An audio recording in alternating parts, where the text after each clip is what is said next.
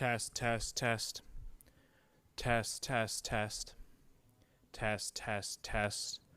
Test, test, test.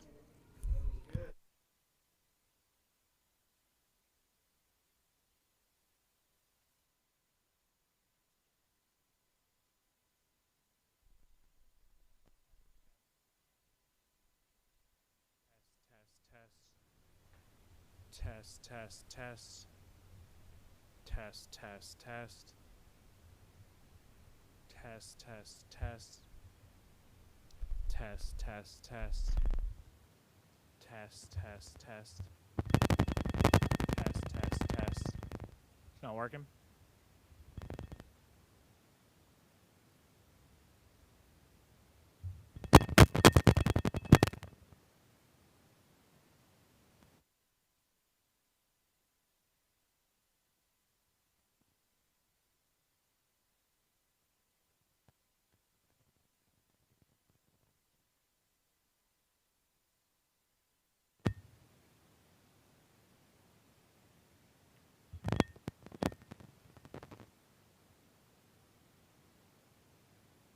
Test, test, test.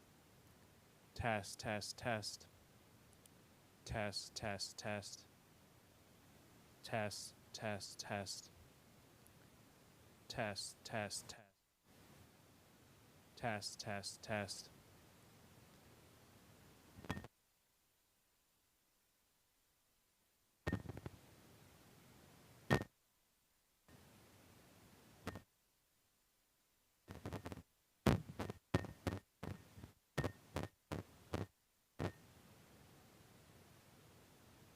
Oh, it's like static.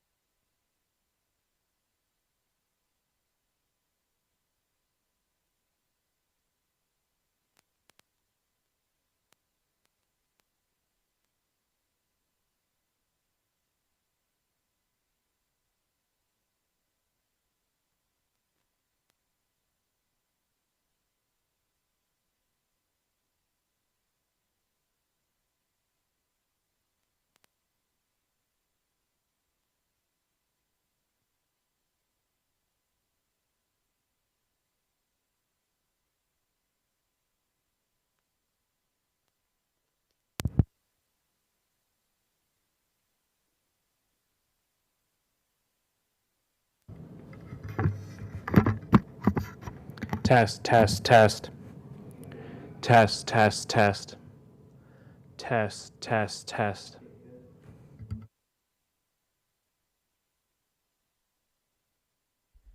Test, test, test. Test, test, test. Test, test, test. Test, test.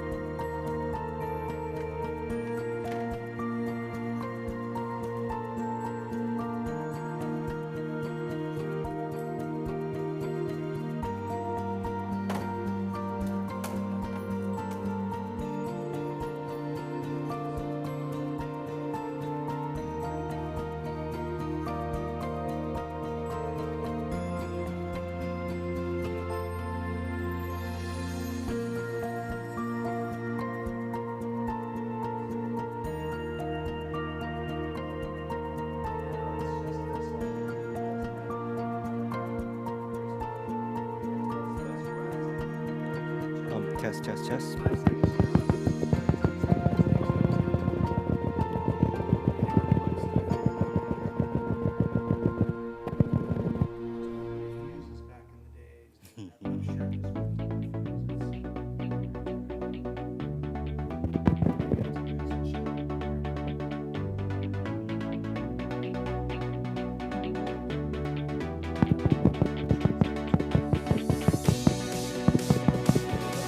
Test, test, 1, 2, 3. Mic check, test, 1, 2, 3.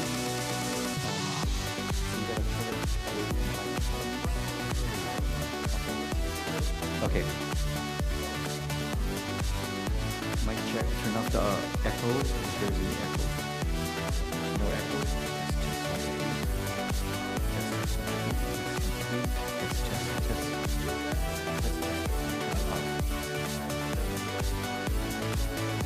Mic, okay. Okay.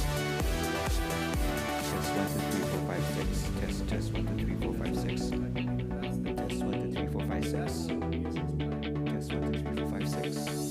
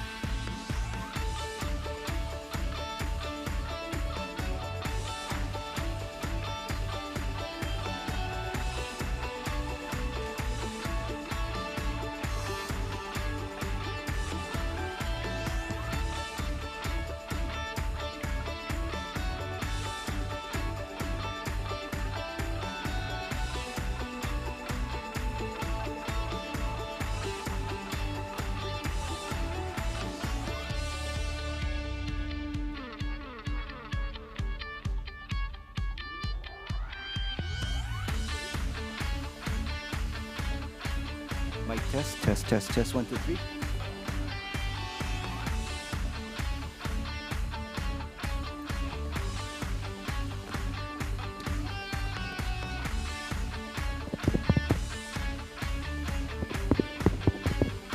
Mic test. Okay, sounds pretty good. Test, test, test, 1, 2, 3. Test, test. Test, 1, 2, 3.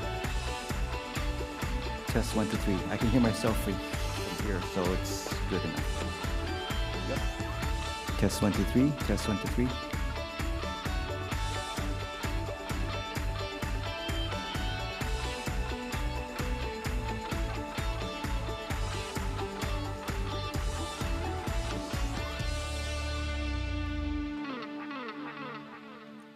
Mic check, 1, 2, 3, mic check. Test, test, test, maybe a little louder.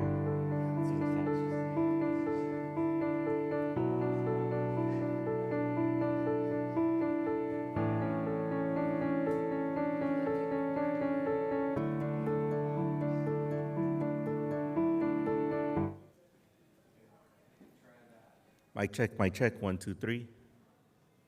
Test, test, test, 1, 2, 3. Mic check, 1, 2, 3, mic check. Furthest mic away. Right here.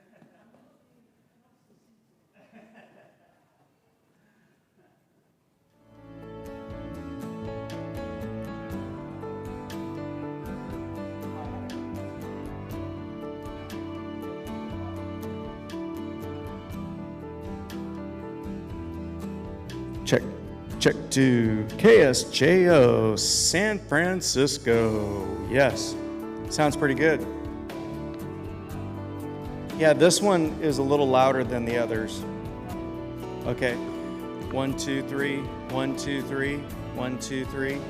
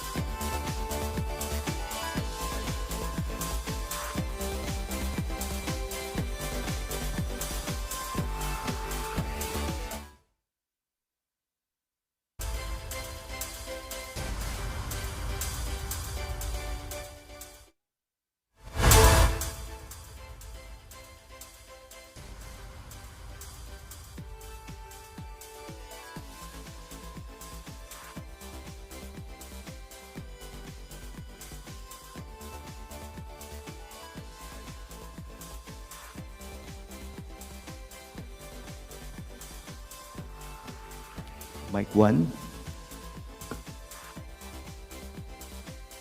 Mic 2. 3, 3. 4, 4. 5, 5. 6. 7, 7. 8, 8. 9. 10, 10. 11. 12, 12. 13. 14. 15. 15. What? Test.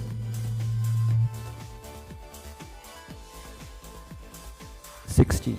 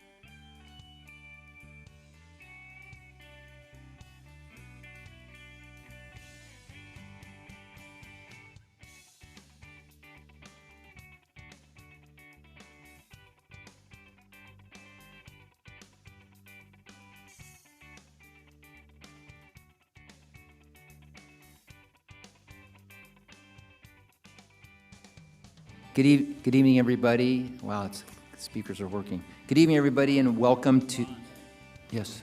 Oh, sorry, Ron, 10 seconds. Forgot all about you. Count of 10.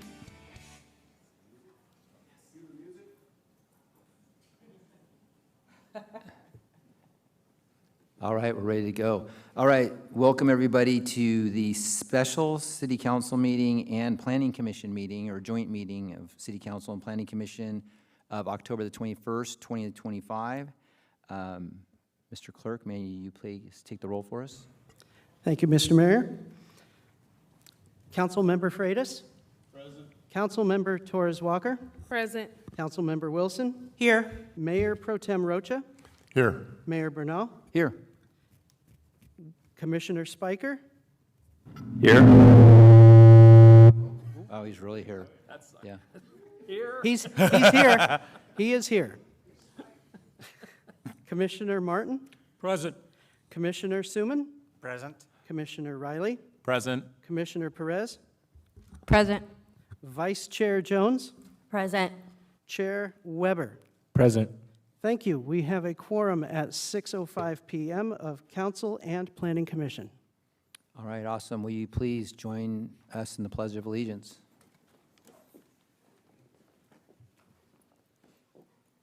I pledge allegiance to the flag of the United States of America and to the republic for which it stands, one nation, under God, indivisible, with liberty and justice for all.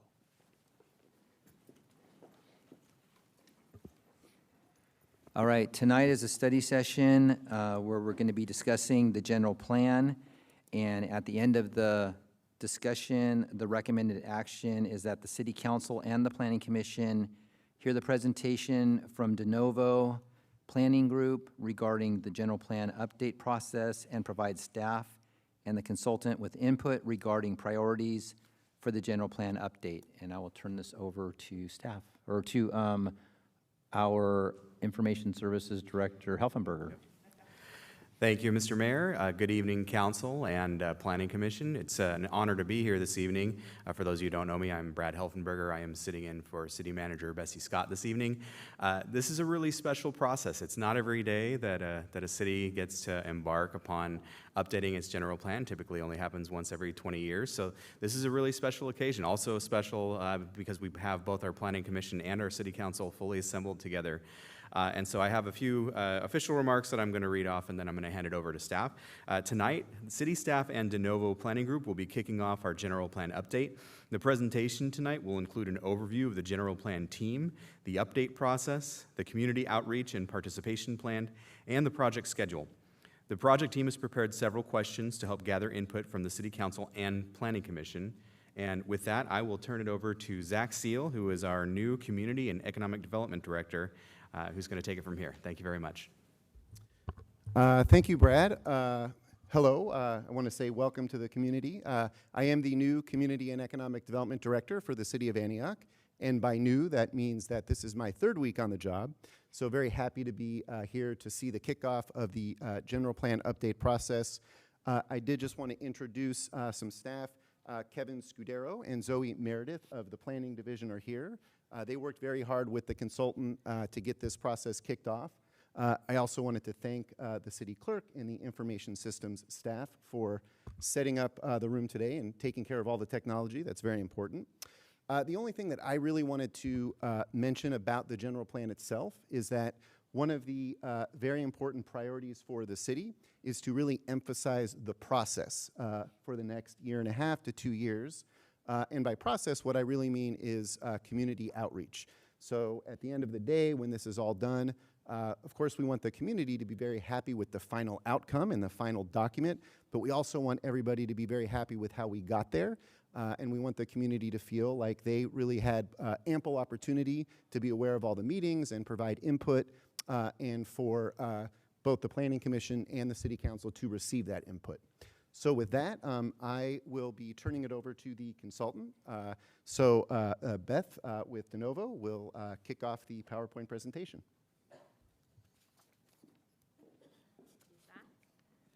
Good evening, Mayor, members of the council, members of the commission. It's really exciting and a pleasure to be with you guys tonight and to kick off the general plan update. As was mentioned, this isn't something communities do on a regular basis, so it's a really exciting time and a great time to learn a lot about the community, figure out where you are today, where you were back when your general plan was prepared, and where you want to go in the future. So for us, it's a learning process. We get to learn all about Antioch, what's important to your community, and figure out how to distill all of that into an updated general plan.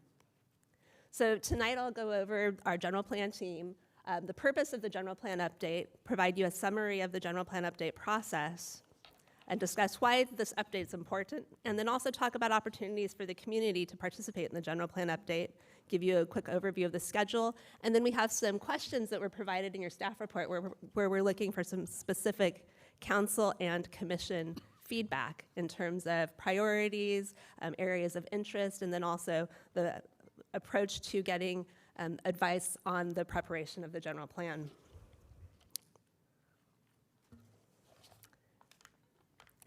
So the general plan update team consists of a number of consultants, and leading the consultants is the City of Antioch's Community and Economic Development Department. So they play point on this, and we will provide all of our materials to them for review.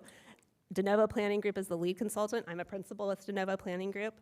And then I'm also joined by Ben Ritchie as a co-project manager. He's another principal with De Novo Planning Group, and I believe he spoke with you when the contract was awarded. And then we have a number of sub-consultants as well. EPS will be providing input on economic development and fiscal sustainability. They'll be authoring the city's new economic development element. W-Trans will be providing input on traffic and circulation. Cogstone Resource Management will address cultural and historical resources. And then we have Kearns and West to guide a lot of the community outreach opportunities. The purpose of the update is to define a long-term vision for growth and resource management in the city. The general plan is basically a blueprint or playbook for the city's growth. It reflects the city's goals and values. It was intended, this time around, you're going to be adding the economic development element, so it will prioritize economic vitality and fiscal sustainability. We'll also look at opportunities to balance growth with conservation of resources and ensuring quality of life and adequate services for the community going into the future. And the general plan update also has to address state law. There's specific requirements related to mobility, climate adaptation, environmental justice, and a number of other topics. And so we'll be addressing those throughout the update.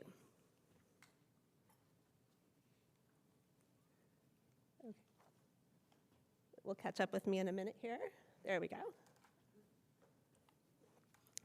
So the process has a number of tasks throughout this effort, and we've summarized that. Oops, let me go back.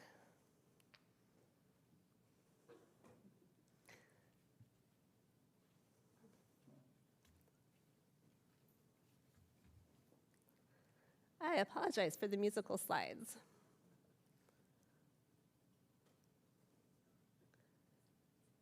Okay. So we have a lot of steps throughout this process, and we've basically synopsized them into 3 specific phases.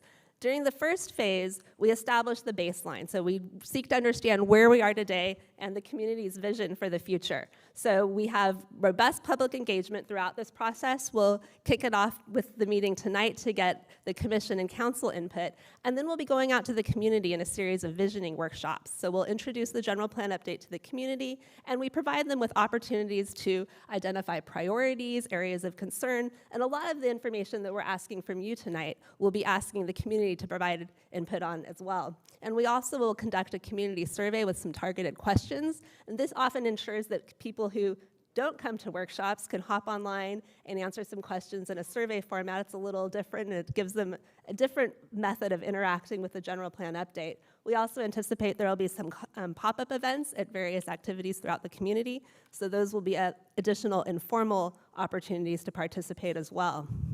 And one of the major milestones during this first phase of the update is the existing conditions report. So we'll gather a lot of data to establish the current conditions in Antioch.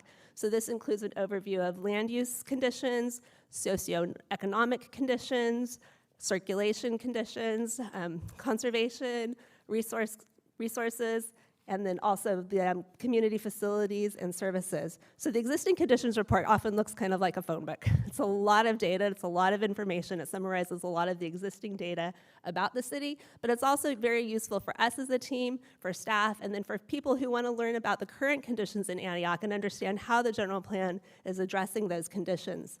We'll also have EPS performing a real estate market assessment to understand the conditions of the community's real estate market. And then we'll also summarize the input we receive throughout through the visioning workshops and community survey and a community vision summary. In the next phase, we'll be addressing land use alternatives, policy options, and then providing the overall general plan update.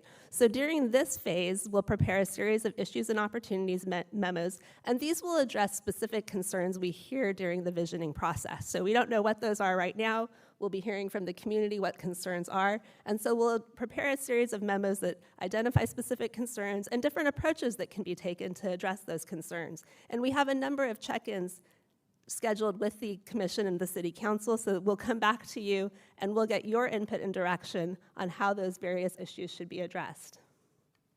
We'll also be preparing a land use alternatives report, and this is a neat part of the process because we'll get a lot of input from the community on what land uses are important, what changes they want to see, and we'll provide a summary report that identifies various alternatives and how each of those alternatives can affect the growth of the city, what the demands would be for services, how you would see population and business growth, and just the different fiscal effects of those alternatives. We'll also prepare a series of draft general plan policy sets. So these will go through your existing general plan and revise the general plan to address the concerns that we've heard. And that will be followed by the draft general plan, which will be the publicly available general plan document. We present that to the community through an open house, and then we have a series of study sessions to review that document. And then following that, we go through the environmental phase, and then the final general plan. So 3 main phases of the general plan update: the baseline conditions and vision, the land use alternatives and policy development, and then the draft general plan and draft environmental report and adoption, or at least consideration for adoption.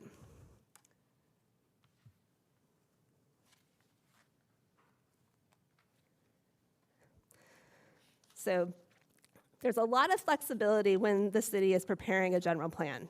The state requires a number of topics to be included in the general plan. The general plan must address land use, transportation, open space, conservation, safety, noise, environmental justice, and housing. And the city has recently updated its safety element, prepared an environmental justice element, and updated its housing element. So we'll be building on those efforts, and we will be reviewing and revising as necessary, but we'll be building on your recent efforts, and most of the focus will probably be on the other elements, but of course we always review and revise the recently updated information as well. The city's general plan will also include a number of optional topics: community image and design. This is an existing optional element in your current general plan. And then there will be a new economic development element prepared. And this is, sorry.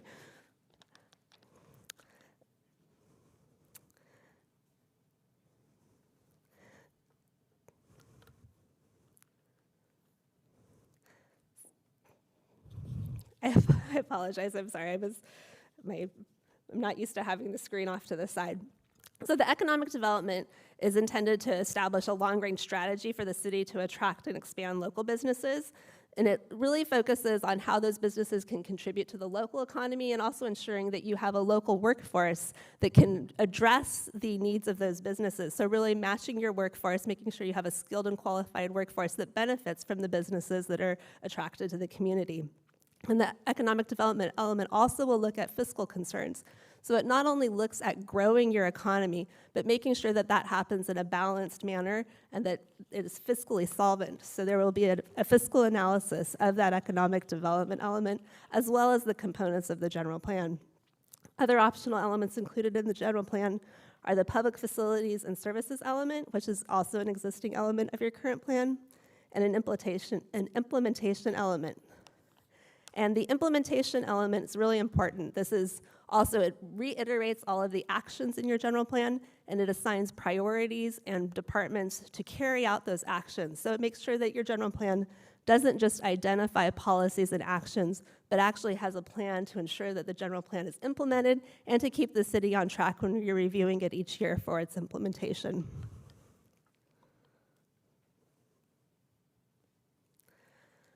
The general plan serves, as I mentioned, as the city's playbook for land use and planning decisions. So it addresses the city's vision for land use, so a variety of residential uses, providing for commercial uses, services, restaurants, retail, and then also looking at industry and technology through industrial and business park uses, and then also looking at the conservation of your important resources, so ensuring you have open space, ensuring you have parks and public, quasi-public uses. It also addresses infrastructure planning, so we look at the growth that would occur under the general plan and what infrastructure demands would be there. We look at the need for new roads or increased road facilities, changes to your water and wastewater generation and demand, and how that affects the growth in the city and what the city may need to update to address the updated general plan. We also review public services. So we look at the city's goals and performance for police, fire, parks, libraries, and other public services. And we also look at quasi-public services in terms of cultural activities and just community growth and community opportunities for recreation, et cetera. And the general plan update also looks at the conservation of your resources, ensuring you have access to clean air, clean water and clean air, and that you're preserving and conserving sensitive habitat, important waterways, and groundwater. So it's a balanced look at a number of topics, and it really endeavors to implement the community's vision and ensuring that there's a balanced approach to that vision. The general plan update also looks at balancing the city's growth with ensuring that your budget and your capital investment efforts are coordinated and that they're compatible with the growth that's envisioned through the general plan. The Land Use Alternatives Report is one way that this is initially reviewed and assessed, and then EPS also looks at the fiscal effects of the general plan, and they, of course, prepare the initial real estate assessment to ensure that the uses that are being discussed and included in the general plan are actually appropriate for Antioch. The general plan provides the city's strategies for economic growth and fiscal sustainability. It also will identify various budget and capital investment priorities that are based on realizing the general plan's vision. During the preparation of the general plan, we work with the city staff, we work with the lead department, but we also work with the other city departments, Public Works, Recreation, Transportation, and make sure that we're getting their input and that the goals and policies and programs in the general plan reflect their needs and the vision that they understand the city to have and the needs that they know will come out of the growth under the general plan. The general plan also serves as a management tool for staff. So once the general plan is adopted, it's not intended to sit on the shelf. It's not intended to just be a report that gets filed, but it's a living document. It's reviewed. It can be amended up to 4 times a year. And then it also guides a number of policy decisions. So when you're looking at land use projects, when you're looking at zoning code amendments, CIP programs, et cetera, the general plan can inform how those programs are revised, updated, and implemented.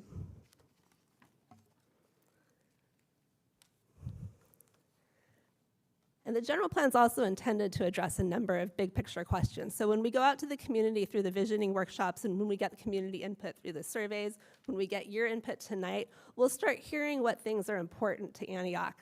Sustainable growth, economic vitality, infrastructure maintenance, ensuring all of your kids have access to quality education, providing a jobs housing balance, ensuring that neighborhoods are complete and provide for a variety of housing types and opportunities, ensuring that you have affordable housing, looking at how traffic is being reduced or managed, making sure that there are active transportation opportunities such as walking and biking.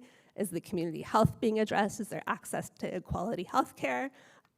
Is open space and other resources being conserved? And how is the city planning for climate adaptation and resilience? So we look at a lot of these issues through the general plan update, and we hear from the community what priorities and concerns are important to them to ensure that we're addressing those issues. So I'm guessing there will be a number of issues that I haven't identified that we're going to hear that we'll need to develop strategies to address.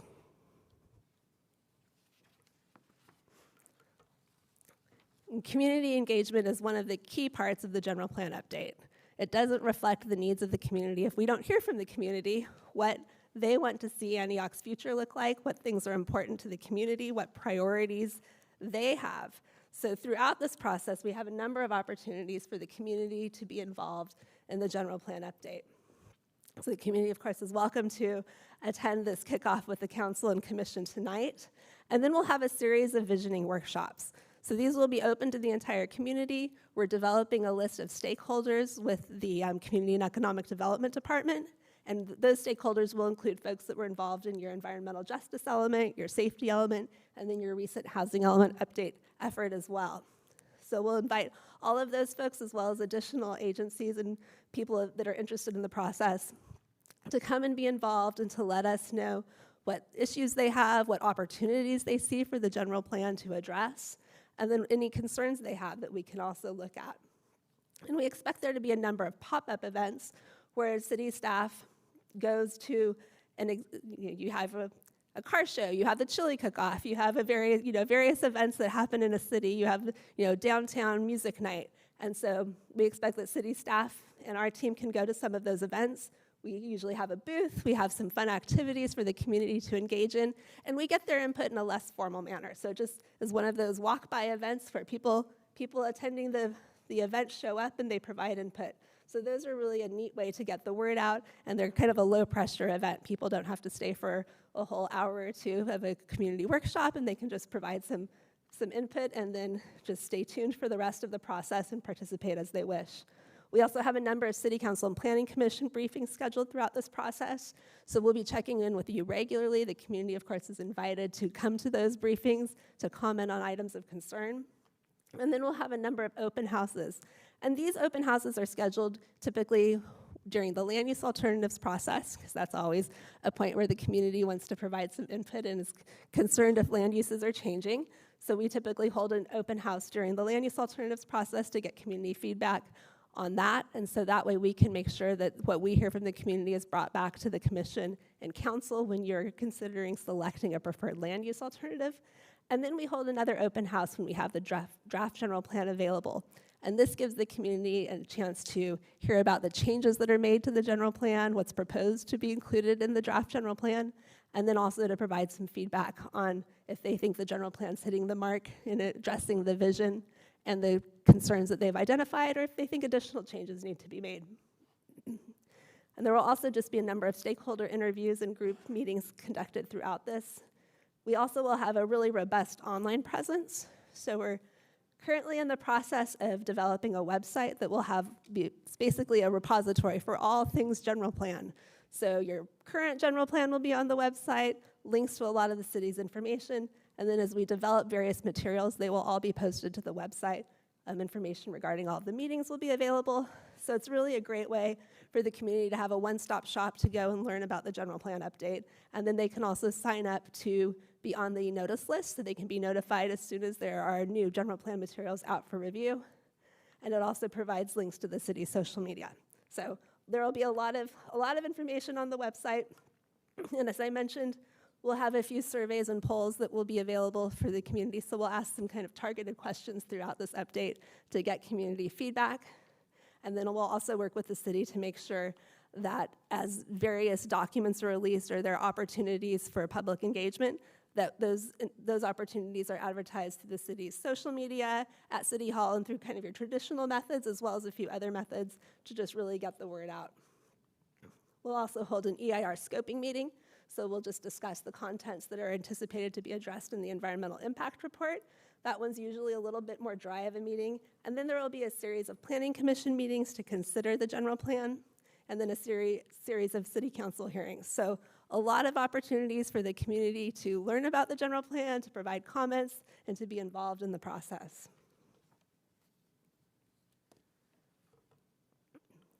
So we've just started this project. So we met with staff and kicked this off. When we have our meeting with you tonight, we're getting underway on the existing conditions report. So we're just at the beginning of this process. So we're working on launching the project website, so we're developing that. We've prepared a logo based on the city's style guide. City staff is reviewing that. And then we're developing a parcel level GIS base map. So we're developing information, which a lot of this information the city already has, but developing the GIS data so that as we prepare the general plan update, as we prepare those land use alternatives, we can identify at the parcel level what's changing. We're also collecting and reviewing a lot of the documents that are available, looking through information from regulatory agencies relevant to all the topics that are being addressed in the existing conditions report. So the general plan is intended to be a 2-year process, and some general plans, 2 years is about as quickly as they go. I've seen them adopted in 18 months, but that's a very, very fast process. Sometimes general plan updates can take 5 or 6 years. They can go on for quite a while. So what we really would like to do is keep to the schedule and have a really focused approach to making sure we stay on task, we stay on target, and we're going through these stages in the manner that we've anticipated. So we're starting this initial effort with the City Council kickoff and following this with a number of visioning workshops, as I mentioned. And we expect that this phase to end early next year. So we expect to go through the visioning process, to have a community pull out for the public, and have these 2 workshops either late this year or early next year. And then the existing conditions report and real estate analysis documents will be available around May or June of next year. So this first phase of the project, it's kind of quiet. You'll see me now, and then we have our visioning workshops, but then we go and we collect all of our data, we review it, and we start understanding what Antioch's all about. And we'll be preparing issues and opportunities white papers, as I said, to address specific topics of concern, kind of on an as-needed basis. Usually several are prepared in response to those initial visioning workshops and what we hear tonight, and then several will be prepared throughout the process based on the additional feedback we get. We expect the land use alternatives and capacity report to be published in about October of 2026, so about a year from now. And then the draft general plan, once we have, so the land use alternatives and capacity report's a very important part in the process, so I won't speed past that part. Basically, that identifies options for changes to your land use map. And your land use map is what informs preparation of the environmental impact report. So we really want to make sure we get the land use map right. So we'll give you a number of alternatives, and we'll come and we'll ask for some feedback. We'll want to make sure that we have a preferred land use map that we're analyzing in the environmental impact report. And we'll want to make sure that that preferred land use map is also the subject of the draft general plan, because the policies and programs in that general plan will, in part, particularly for the land use element, will be built around that preferred land use map. So when we come to you, we sometimes have one meeting, we sometimes have a series of meetings, because you may have some feedback and you may want to go back and think about it before you give us that final direction to move ahead with a preferred land use map. So we expect that in about October of next year, and it's a really important part of the process. Once we have that feedback, we then go back, we finalize the draft general plan for public review, and we also prepare the draft environmental impact report. The land use map informs all of the traffic modeling, the air quality and noise modeling for the environmental impact report, as well as our assessment of new demands on water and wastewater infrastructure. So we use that map to inform the development of the draft EIR. We expect the draft general plan and draft EIR to be available in about January of 2027. So three or so months after the land use alternatives and capacity report. Sometimes if there are a lot of changes to the preferred land use map, it may take us a little longer to make sure that we have all of our calculations methodology correct, but I would say around January. And then we anticipate taking that for public review and comment, so we'll have the open house to provide those documents to the community. We'll prepare a adoption draft general plan and a final EIR. The final EIR responds to all of the comments on the draft EIR, and the adoption draft general plan addresses the comments we've heard during the public review process.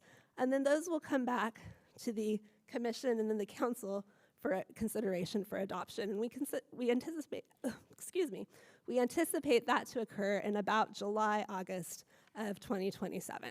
So within our overall 2-year schedule. So with that, I have a few questions to ask the City Council and Planning Commission to provide input on.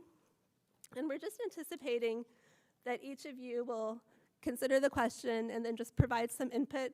We don't need, so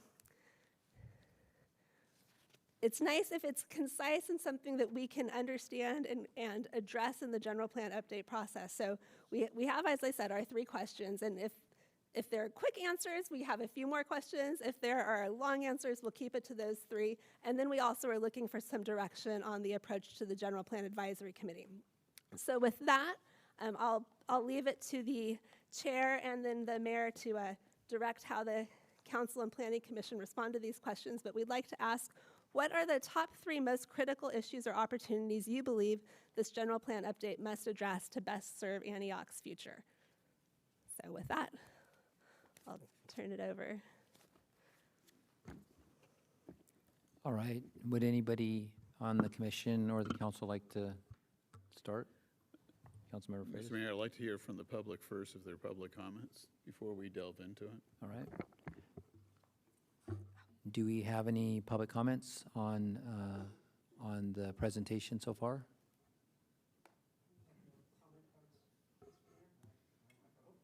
We have no comment cards, Mr. Mayor. All right.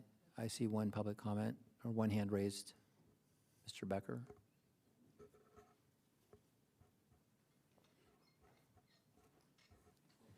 Do we, Mr. Clerk, do we have a timer up, or are you gonna time it?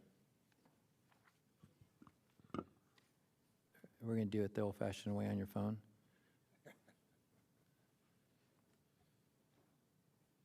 Just give us 1 second, please. All right, you wanna maybe put up a 2-1 when there's a minute left, just to let them know. All right, thank you. Sure, I'll be brief. I think one of my, well, just a question for format here tonight. Is this the only question that's going to be put before the council or the body? Then I think it probably would have been more appropriate to go through all the questions first before asking the public to provide feedback, since now I'm just bound to, I guess, the first item here.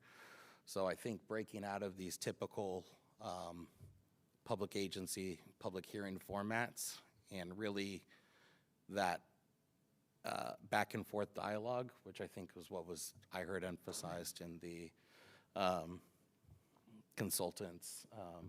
That was the main emphasis for this process, was that engagement. So I guess I would just say, for me, the 3 main items are historically, I think that before we talk about where we're going or what our visions are, I think that we all are aware of what the state of Antioch is currently. And so, as I've been saying for years, how did we get here? How are we in a position that since the last general plan we have lost money?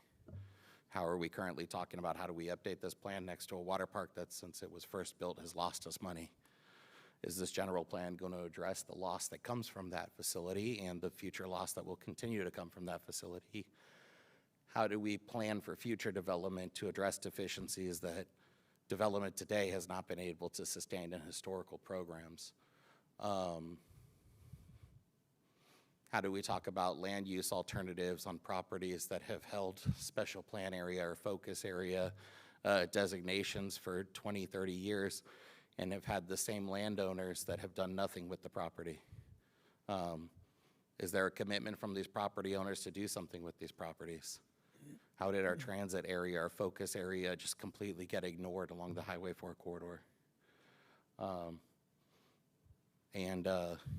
Respectfully, if this is a 3-minute time period and we showed up for a meeting without even being able to reflect to people when their 3 minutes are up appropriately, what steps are we taking to address this? So I guess I'll wait for the future comments, and I'll look forward to that more engaging dialogue process. Thank you. All right, thank you. You want another public comment? Yes, ma'am. Certainly, yeah, you can come on up to the microphone, please. Jacqueline Higgins, Antioch resident. I just have a question. A couple of you have said how exciting it is to be working on the city plan, because most cities don't work on their plan except every 20 years or so. When was the previous city plan written? 2003. Thank you. Yes, sir. Apologies if I missed it, but I wanted to clarify, is this the only opportunity for the public? Yeah, yes, sir, it is.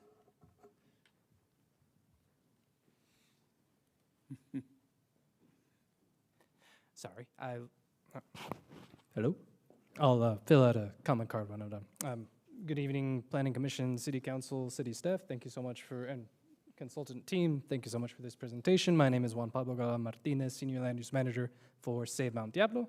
We have quite a long history in Antioch of advocating for open space, stewardship of natural resources, clean air, clean water, wildlife corridors, and have had some major successes in this city in making projects that there was quite a bit of community concern about initially a lot better for residents, wildlife, and the open space that everyone here loves. I am very much looking forward to engaging in this process with each one of you. We would love to meet one-on-one with members of the Planning Commission, City Council, City staff to learn about your positions, your views, your concerns, and how Antioch has changed in the years since we've been involved, and talk a bit about ideas. We're very much looking forward to this, and we will hear more from each other in the future, I'm sure. Thank you. Thank you. Any other public comment? Yes, ma'am.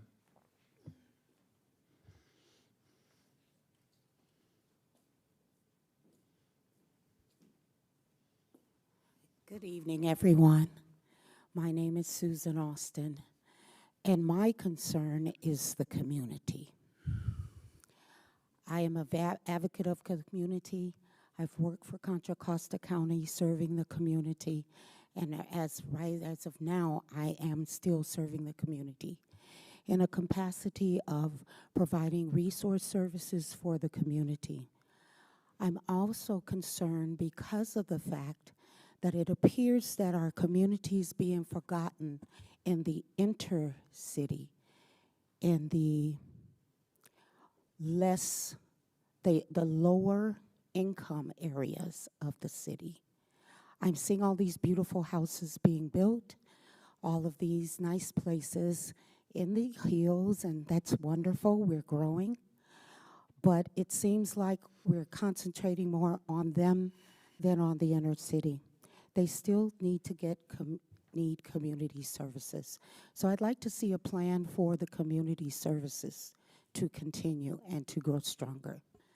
Also, I am interested in the transportation being strengthened and to increase it because of the fact we have these beautiful homes. There are still a population, even in those homes, that still need to have bus services in those areas. You've built 2 community apartments. They're off of 18th Street. And neither one of them really have the transportation that they need. I'm saying that because of experience. The senior housing is way far in the back. So they're not able to get to 18th Street as easily. So I'm really advocating that. I also am one of the ministers at the Grace Bible Fellowship. And we do a large community service. We service the community, but we give free food and clothing and resources, but they can't get to us. And so that's why my concern is with improving the transportation. I look forward to working with further. I see the process, and I'm committing myself to work further to see it through. Thank you so much. Thank you. Is there any other public comment? All right, seeing none, we will turn this back over to the council and commission. On the first question, and there are 3 questions that we will be asked tonight. On the first question, what are the top 3 most critical issues or opportunities you believe the general plan update must address to best serve Antioch's future? Mr. Mayor, Mr. Chairman, before we get to that point, I mean, I have questions and comments way before we get to the questions. And Ms. Higgins asked, when was the last one approved? I think I'm the only person sitting here, I don't remember, Bob, if you were on the Planning Commission or not at the time, but as mayor, we'd had about a 3-year process leading up to the adoption in 2003. And so I come up, yes, it is absolutely critical that we have a review of the general plan, but it is a radically different animal. And I'm very concerned, where we're at and where we're going. Is that if anybody has followed city council, particularly during the budget process, many proponents would come up with their particular program asking for financing. And a question that was repeatedly asked is, was your program effective? What were the successes? What were the failures? And I think before we get into any of the steps, we have to ask ourselves, is the existing 22-year plan, has it been successful? What are the failures? What did we learn? And I think that that will help guide us as we move forward. We are in the 21st century. Day by day, radical changes are happening, radical. And personally, I think having a document in this day and age that's supposed to span a 20-year period of time is absolutely ridiculous. I realize that is what is mandated by the state, but frankly, I think it is wrong for us to approach this as a 20-year document. So one of the things that has changed is the involvement at the federal level and particularly at the state level. And we can talk about SB 330, Senate Bill 330, or SB 79 or SB 69. There are radical changes that are taking discretionary power away from planning commissions and from the city council. Oftentimes, the public gets very upset that something has been approved, and as council members and as the mayor or as the chairperson and commissioners, we are ripped to pieces. And unfortunately, the answer back is we don't have control or power, the state does. We're just going into compliance. And so I think really the kickoff for me would be to look at this 22-year document, find out what was successful, what was a failure, what did we learn to guide us as we go through this entire process. Because frankly, we have to have a document that has flexibility. If Senator Scott Wiener from San Francisco puts another bill in that continues to usurp power at the local level to the state level, it has impacts, and the plan that we're going to spend at least $1.2 million and possibly 2+ years is meaningless. And so I think that we need to have a general plan that is adaptable, flexible, that we can immediately go back and make changes. Now, legally, how many times can a general plan be amended? 4 times per year. Exactly, 4 times a year. So I personally would say that we institutionalize a planning commission and a city council review every 60 to 75 days so that if there is a need for update, that we do that.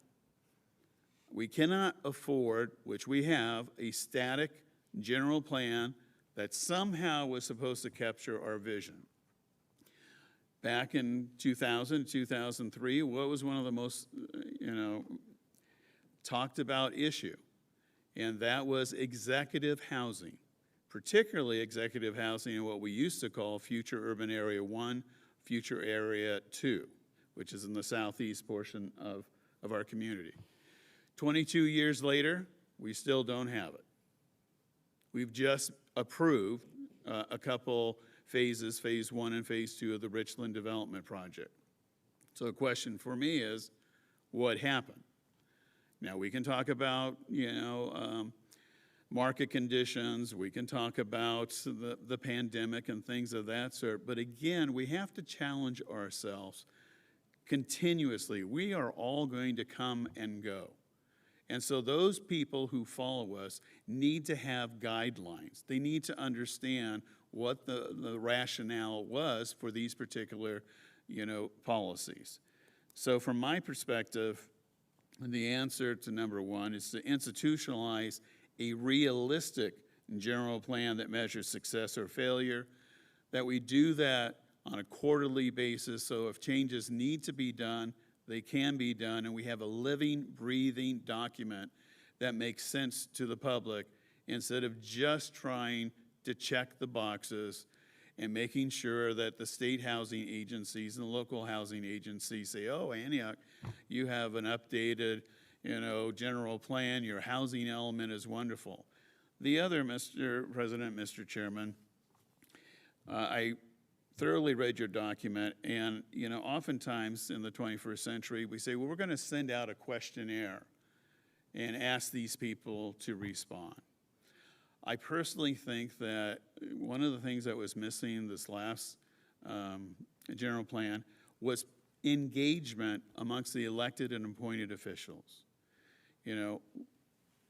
I would love to have the representatives of the fire department here, or the Contra Costa Water District, or East Bay Regional Park District, or the Metropolitan Transportation Commission, MTC. Most people don't have a clue what MTC is all about, which is an appointed body that literally controls hundreds, if not billions of dollars in transportation funding. And nobody really knows about it unless you're on a planning commission or a city council. And Sue Nowak is the mayor of Pleasant Hill, chairperson of the MTC. And one of the ways they get compliance with local government is, this is the policy we want you to implement, and if you do not implement it, we will not give you transportation dollars. I think that's important for all the appointed and elected officials to hear that and to understand that, because it begins to drive our decisions. It influences the decisions that the Planning Commission and the City Council is going to have. I think having BART in the room would be a great idea, or the Contra Costa Transportation Authority, or, as I said, CCWD, or the Delta Diablo Sanitation District. All these special districts impact our lives dramatically. And yet, what do? We send out pretty much a questionnaire. It's the person who picks the shortest stick gets to answer it, and it comes back. And that, to me, is not a way to set policy. I do believe we should be engaged, and we should be asking, lots of questions of our officials. I have your document. I have it all marked up, but I think I'll stop at this point because I'm looking for a very dynamic, realistic document that truly captures the Planning Commission, the City Council, but most importantly, the community. Mr. Galvan wasn't very involved 22 years ago, so it's a little bit like deja vu. We also need to hear from the environmental community up front versus having them react after the process is about ready to be approved or not approved. Thank you, Mr. Mayor. Thank you, Mr. Chairman. All right, thank you. Would anybody else like to venture into this territory of 3 ideas that they have about what they'd like to see happen through this process? I'd have to agree with Councilmember Freitas in that process. I think we want to get ahead of it and understand the different dynamics. As a member of the Trans Plan Committee, I reached out to them, understand their general plan and how it works and how for transportation, especially with CCTA, and how it works, and we should be better understanding of those departments and city, county understandings, as well as the community, obviously, but I agree with Councilmember Freitas. And in regards to what the top 3 critical issues that are important for a general plan, I'm inclined for land use, economic development, and I think housing and public services and facilities go hand in hand. So those would be my guidance. All right, thank you. I see Mr. Martin over there. Yes, Don, you and I worked on the previous or the current plan. Is your mic on? 22 Is your years mic on, ago. Mr. Martin? It's on. Okay. So I agree with you.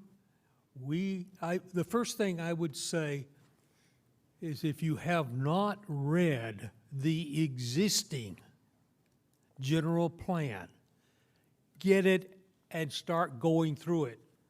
This is a good example of what and how difficult it is going to be. 2 years to get a new general plan. And it's going to take a lot of studying on everybody's part. You think an environmental impact report is big? Wait until you get this report. It is going to boggle your mind.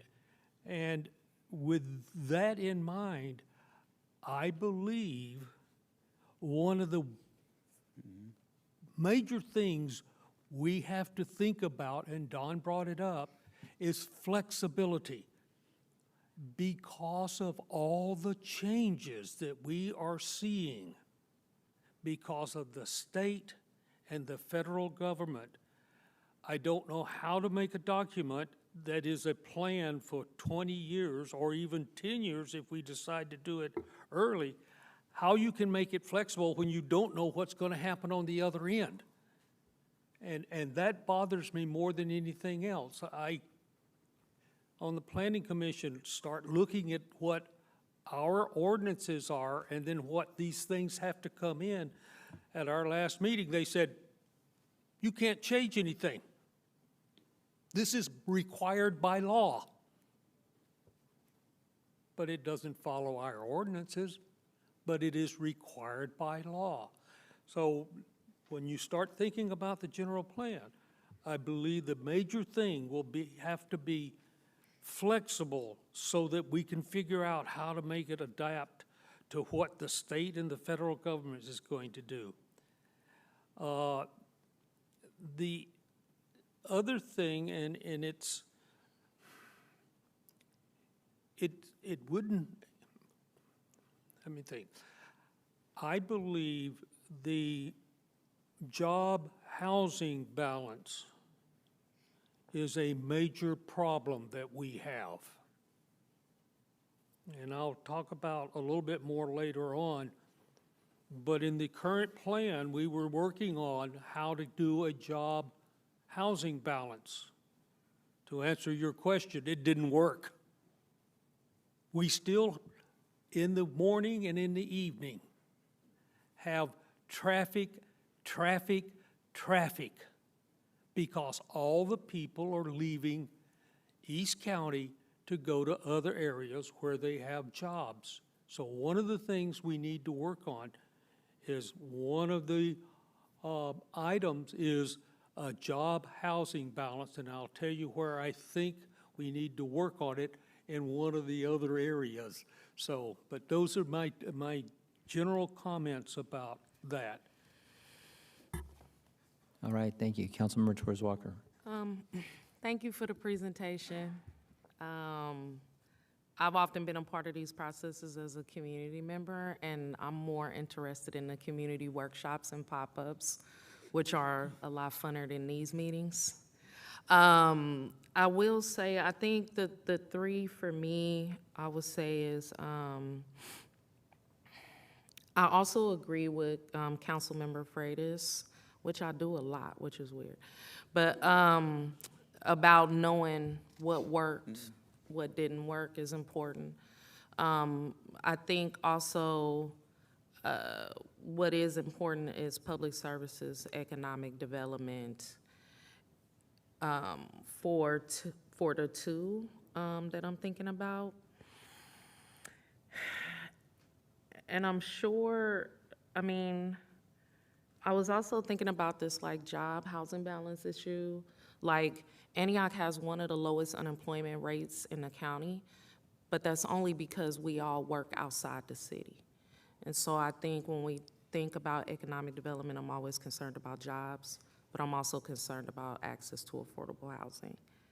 I do kind of want to point out that since I've been on this council, there's been an environmental justice update. So there's been like updates like piecemealing updates because the city hasn't done a process for the general plan since 2003. The population, if I'm correct, in 2003 in the city of Antioch was a little over 35,000 people. So we're working off a general plan that may or may not have done some great things that was created when the population was under 60,000 folks.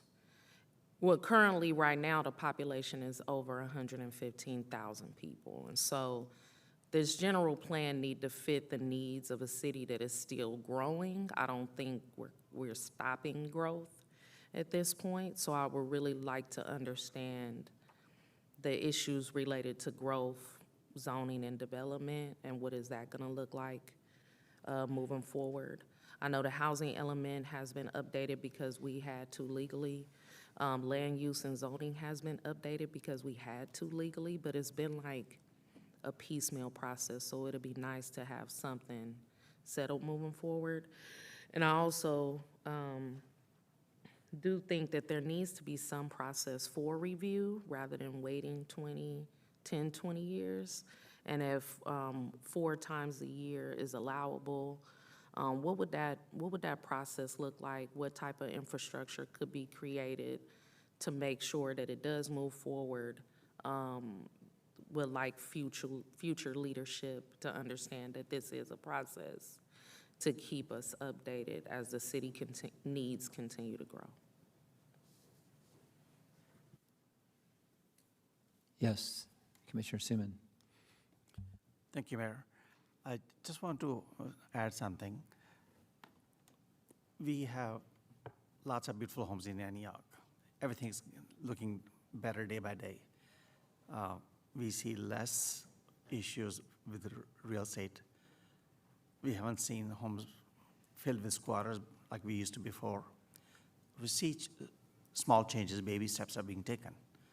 But can we think about the homelessness in the city? I think that's our major problem. I don't think it's a local problem. We can fix it overnight. But can we combine all the resources we can get from the federal government, state government, local, private grants, donors, whoever can contribute towards a pot that we can utilize towards providing housing for the mid and low-income people. When we sell $1 million home, say, okay, we're gonna sell a $1 million home, but for a medium home or low-income home, we'll provide at the 60% value or qualifying at 60%. I don't know how that's going to help much. It does help, but we need to come up with a plan.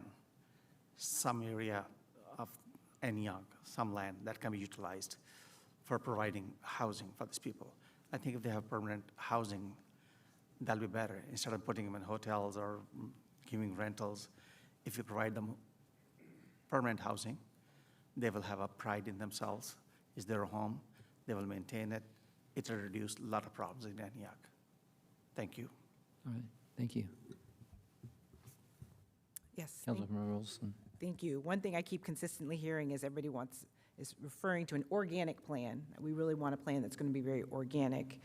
You said something earlier, and I'm like, oh, I kind of cringe when you're like, oh, the document we can put on the shelf. I'm like, no, we don't want to do that. So I wanted to make sure I said that. Also, in regards to when we meet with the community, I really would like to see an interactive discussion, not somebody doing a presentation and talking to the community. Really have an interactive discussion with our community. Because that's one thing, whenever meetings like this happen or meetings happen in the community, I get the phone calls and the emails about this meeting happened and all the person did was just talk at us and didn't give us an opportunity to have a conversation instead of just a lecture. If I have to talk about my top 3, I kind of came with 4, but again, I agree with a couple of people that said jobs, housing balance, really assessing what the strengths of our city are, what is the background of our workforce? And really kind of figuring out industry from there. And that also, for me, ties into economic vitality. I think in terms of what is missing in the region. What is, not only in Antioch, but in what's missing in East County, what's missing in Contra Costa County, and what's missing in the region of the Bay Area. What is that hole, and do we have the potential of filling that hole? And do we have the resources to be able to fill that hole? I don't know if this is part of the general plan, but I think something we as council and commissioners need to start thinking about is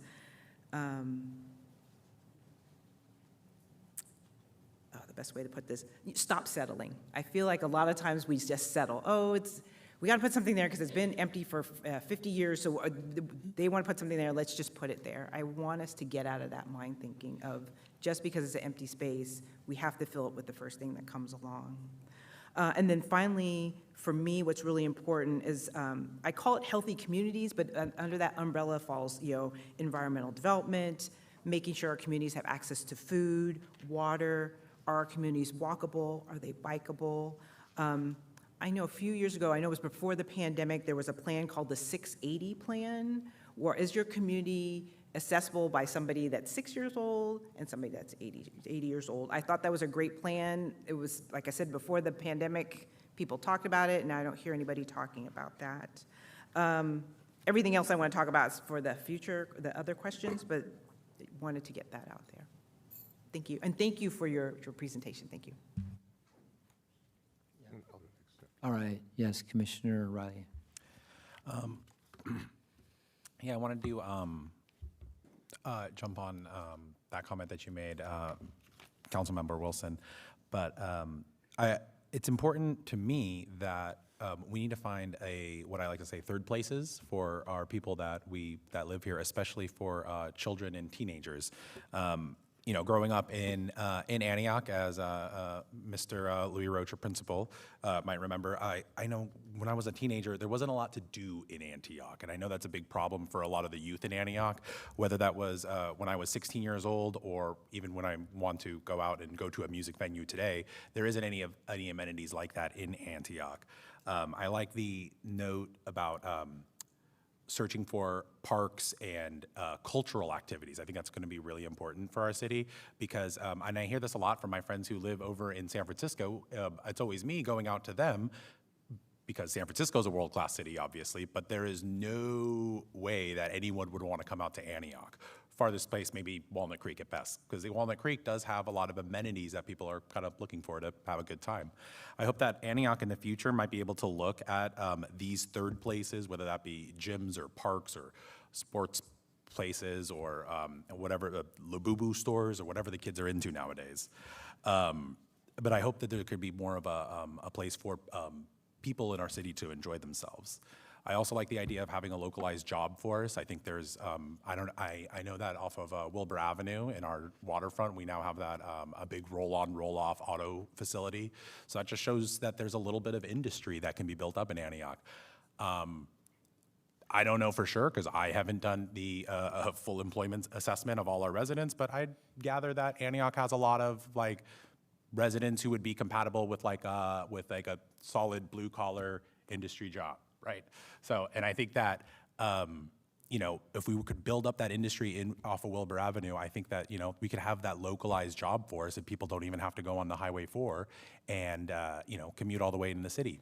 Oakley's done a really good job at that. They have the new Amazon warehouse and they're utilizing that connection they have that at Highway 4 and Highway 160.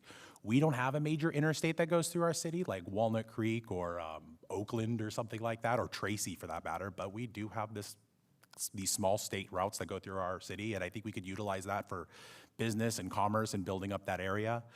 Yeah, I think there's something to be said there. And then finally, I want to focus on transportation. We have so many commuters that live in this city and commute across the Willow Pass grade, and they're over there.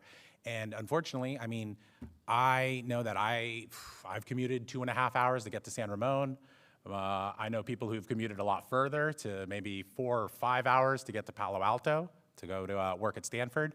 And this is a very, very long commute. And if this was a parent of sorts, now you're sacrificing time spent with a child who's growing up in Antioch, because you have to spend time as a parent in a car. So, and then you have the, the snowballing effects of, child with less parental hours, and what may that be? So I think one of the most important things for Antioch, and I think is to make sure that we have a localized job force, and to making sure that we have third places, so people have a place to go. We can get kids off the street and make sure that, kids aren't doing bad stuff around, but yeah. All right, thank you. Mayor Pro Tem Rocha. Well, Kevin dated me in years. It's Commissioner Riley now. Principal. Oh, I love But, that. that's what happens when you've been around Antioch forever. Just comments in general about when I came here as a youth, Antioch was a rural community with a lot of opportunities, like my family coming here, my parents buying their first home, my dad being able to work locally it was a blue-collar town, I guess you would say in those days, working at Standard Pipe, which is now where Auto Row is. And so many of the opportunities with new development came jobs locally, and good schools, and community was very strong. When I graduated from high school, Antioch High School, in fact, and went away to college, one of the things that I saw when I returned back in the mid-'80s to late '80s was that Antioch had faced a challenge with a lot of the factories, Crown Zellerbeck, a lot of the jobs that were available, U.S. Steel, where my dad worked at Standard Pipe, were shutting down. So there was a lot of rapid development, and and companies were closing, so people were having to go over the hill. And I remember when I first started as an educator way back in the mid-'80s, one of the big challenges was latchkey, they called it, latchkey kids, because the kids were going to be, who's going to watch these youth when their parents are on Highway 4 trying to get back, and they're not getting back till 7 or 8 o'clock at night. And so I can recall the need for having after-school programs and resources and athletics and music and arts to give kids something to do, because they were left unattended, unsupervised, which led to a lot of challenges. And in my lifetime, living in Antioch for 50 years plus, I would say that I've seen Antioch go from rural to a suburb to more urban now. And the concern that I have, we have a number of critical areas to focus on.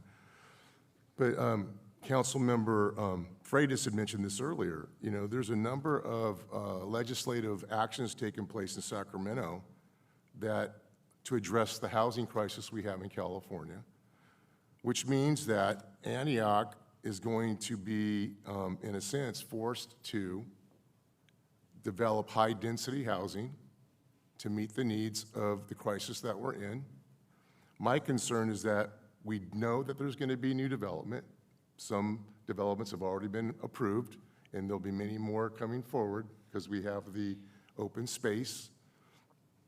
My concern is, how are we going to address the new development, the increased population?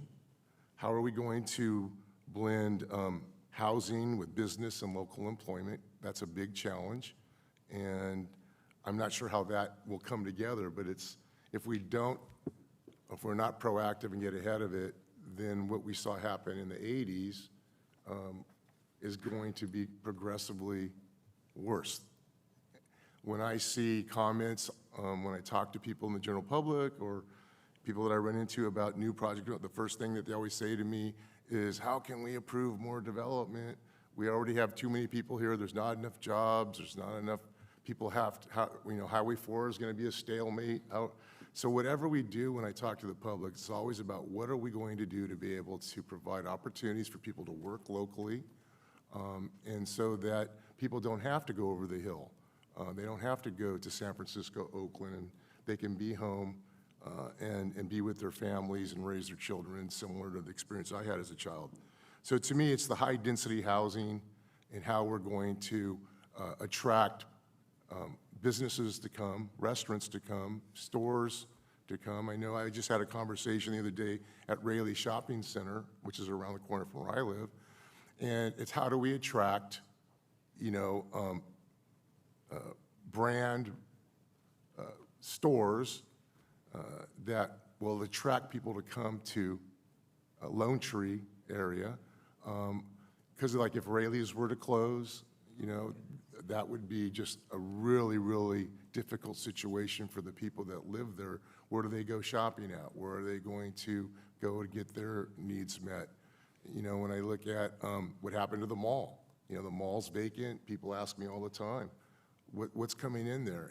And when you talk about housing development, well, is there going to be businesses coming in with that? Are there going to be jobs? What's going to happen? You know, you look over what the old Food for Less used to be on Delta Fair, and the same thing. There's going to be development there, but what's going to come with the development? Are there going to be businesses that are going to come in? Are there going to be local employment?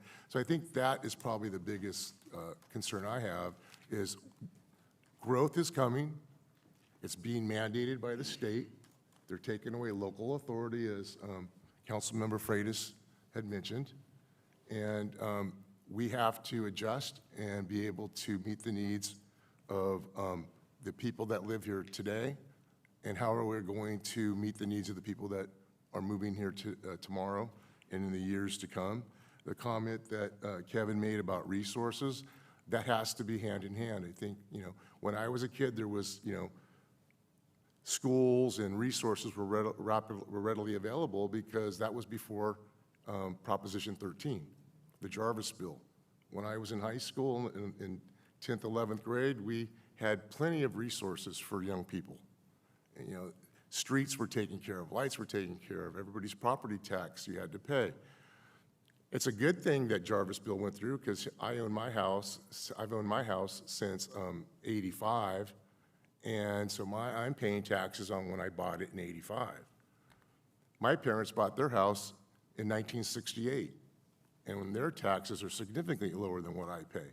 So those revenue resources that used to be there for us to provide resources to our youth, our families, sports are readily available in high school and in middle schools. We didn't have to pay for anything. Everything was provided. But then once the Jarvis Bill, I was a junior when it happened. I recall when I graduated in 1979, everything changed. I saw people get unemployed. Teachers just disappeared. Coaches were no longer coaching. We had to start paying for transportation. We had to pay a fee to play, to participate. So we have to find economic, so the last thing I'm going to say is we need to find economic development, growth, and fiscal sustainability, because the first thing that was an eye-opening experience for me as a new city council member was looking at having to cut approximately $27 million in this year's budget for 2026, and looking forward, we're faced with at least, I think, $25 million that we need to reduce. And so we can't afford to live within our means. So we have to look at economic development. How are we going to increase the resources that come into our general fund? Because we can't afford to pay for these other services unless it's grant funded or somebody somewhere brings us funding. I don't see it. So that's my concern. So it's really about high density housing that we're required to provide, how we're going to find a balance between employment, business, and housing, and then how we can remain fiscally responsible. And I think that's going to require economic development and growth, with that growth. A lot to say, but. Ron, can you? Yes. Just to finish my three. One of the things that I think was amazing to me 2 weeks ago, Salesforce, what's his name, Benoff, made an announcement. And his announcement was that they were cutting 4,000 employees because of AI. And we talk about jobs, housing, balance. We talk about transportation. You know, what is going to be our plan in dealing with technology? And, you know, we're just beginning to deal with AI. But if we're already, you know, looking at some of these major corporations literally cutting 4,000 employees, well, where do they go? What kind of education do the young kids need today? You know, everybody is, you know, going technology. That may not be the best choice. But the question, the critical issue, how is Antioch going to deal with technology? And I use the AI as one of those. The other, Commissioner Riley brought it up, I have here the quality of life, you know, issue. And I kind of put it under economic development because we have all heard our kids, teenagers, 20-somethings, 30-somethings, people who are middle age, and really old people. You know, what do they say in our community? There is nothing to do. I had a friend who visited me last night. They did an event, and they wanted to go out and get a bite to eat about 10 o'clock. They went to a couple of restaurants in Antioch. Restaurants were closed. Denny's on Summersville was open, but only for takeout food. And what did they do? They went to BJ's in Brentwood. That's a horrible, horrible commentary in our community because we live a 24/7, you know, existence nowadays. And so it's very critical. My last one is this, laser focus on economic development. There's really only two primary sources of revenue to cities: sales tax revenue and property taxes. And when I say economic development, I'm not just talking about the downtown. We have Midtown, 18th and A Street. It's a mess. We have Summersville. I don't even know if we have a grocery store out there anymore. When I was a kid, 16 to 18 years of age, Safeway was located at County East Mall. What are we doing with that property? What are we doing for all those residents that live off or connected to Summersville Road? The other is Southeast Antioch. You know, everybody says, oh, well, that's Southeast Antioch. They're okay. Not really. Drive through any of the commercial establishments, so many are closed. And again, there is a committee that has been dormant until now, and that is to focus on our shoreline. Shoreline being from the Antioch Bridge, or Senator John A. Nedgley Bridge, all the way to the downtown, the property from 18th Street North. And so there are going to be activities, and there's going to be a marriage between some of those activities. But the thing I'm trying to stress is, and we focus so much downtown, downtown, downtown. Yes, there needs to be, but it can't be the only region in the city of Antioch. That's it for my three. All right, thank you. Yes, Commissioner Spiker. Hopefully this won't blow up again.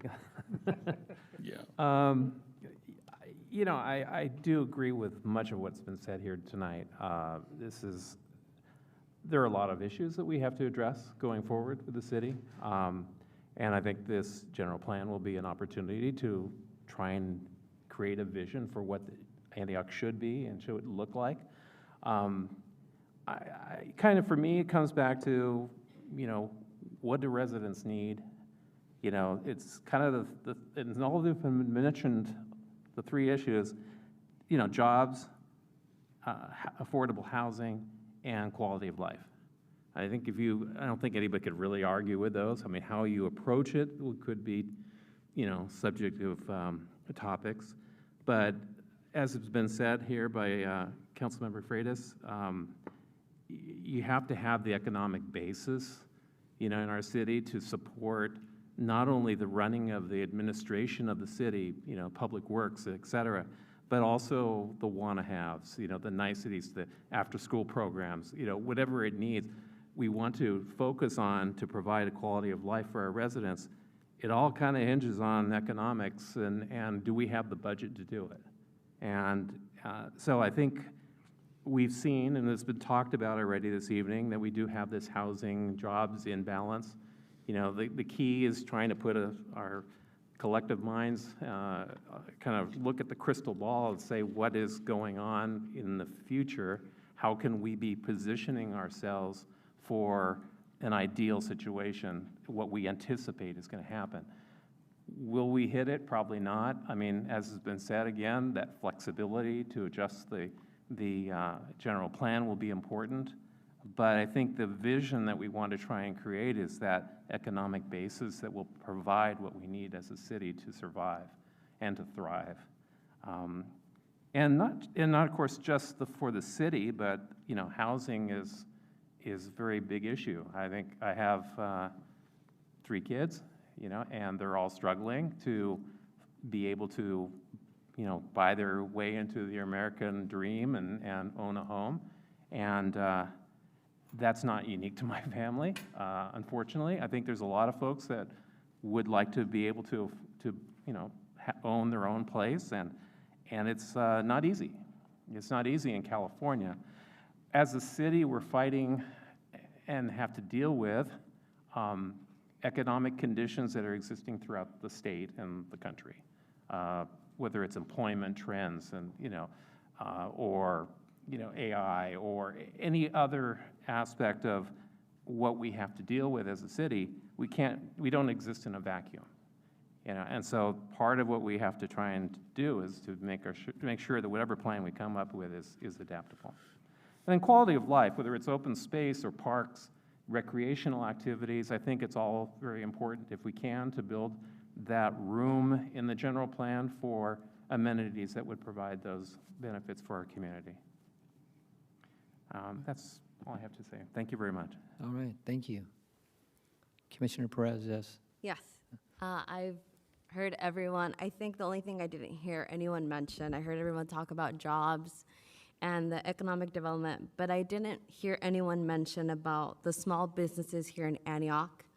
And I think as my family owns a small business here in Antioch, and they've been a small business owner here for more than 20 years.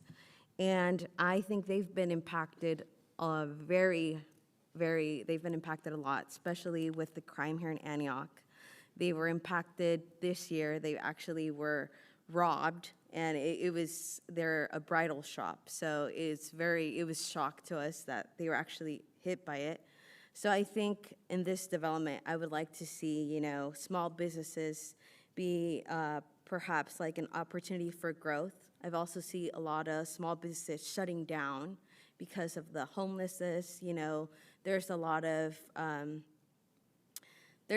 you go downtown on 18th Street, you know, where Bank of America is, that whole shopping center, a lot of businesses shut down. So that whole shopping center now is empty. And it's so sad because, you know, that whole shopping center was running and now it's shut down. So I think a plan to help these small businesses come back and seeing these family businesses grow back and jump and running would be back. That would be a great plan.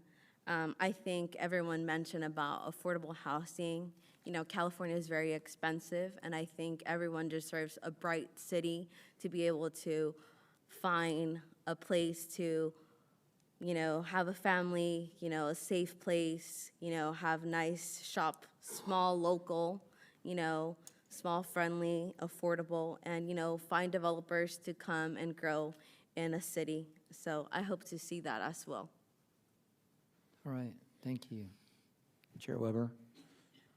I'm hearing a lot of really good stuff, and being in a room surrounded by this wealth of knowledge is very humbling. I've heard experience from 20 years ago when this general plan was first created to now, and I think it's really important historically to understand what didn't work and moving forward what we need to implement in areas where we can be successful, especially with a budget that we're now needing to trim yet again by another $25 million. So what is obtainable and what's realistic? And I think we do need to be able to revisit this periodically, whether it be every 3 months or 4 months, to see if we're on track, if it's making sense. I also think that our slogan, if you will, for the city of Antioch is opportunity lives here. We need to start treating this city like we are the opportunity and not just doing business with anybody who is willing to set down a flag or build something here or try to move into our city to offer whatever they may be marketing or trying to do business with. And I think part of that, what I'm hearing, is our hands are being tied by the state with this requirement for affordable housing and this big movement. And it seems like maybe rezoning and changing some of the purposes for our land uses may help to mitigate that. Otherwise, we'll just become a community that is strictly about commuting. We'll just become an urban area where people just come to rest their heads at night and then they'll go elsewhere to make their money. So we won't really build anything or create any sort of industry here. So we need to change that designation so that we are encouraging business and things to be made here. And also, I know our code enforcement goes house to house and takes pictures of, you know, garbage cans out front and trailers and motorhomes and boats and all these things that our residents have in the fronts of their homes and, you know, fines them or what have you. But what are we doing to uphold the shopping centers, the businesses, the places that we want people to go visit? We want to encourage, you know, these big name box stores to come visit, but they look terrible. 18th Street, Rayleigh's, those shopping centers don't look like a place that anybody wants to visit. I wouldn't send my mother there in the middle of the night. So how do we hold these businesses that are there accountable to maintain a standard of what represents the city of Antioch and make it a place to visit? The downtown area is important. They're not making more waterfront property. It's not like we can just produce that, right? So we do have this amenity that's beautiful and should be appreciated, but how do we get there? How do we get people to want to visit downtown and to spend time down there? So what we end up seeing is this revolving door of businesses who set up, have an intention of doing business there, and then don't make it because no one visits them. So how do we make that more attractive? And that should be citywide, not just the downtown, not, you know, midtown, whatever. It should be an attractive place to come visit. How do we change that look for how the rest of the world views the city of Antioch? All right, thank you. Apart from the public engagement that we'll have a lot of, I'm encouraged by this group of commissioners and council members that are going to be involved, at least for the first year of it and hopefully beyond. So I think that we have a good history with Councilmember Freitas having been involved in the last general plan over 22 years ago, and Commissioner Martin. And although this is your last meeting, correct, Commissioner Martin? So thank you. I'll cut in right now. Thank you for your service, for your second 8-year term.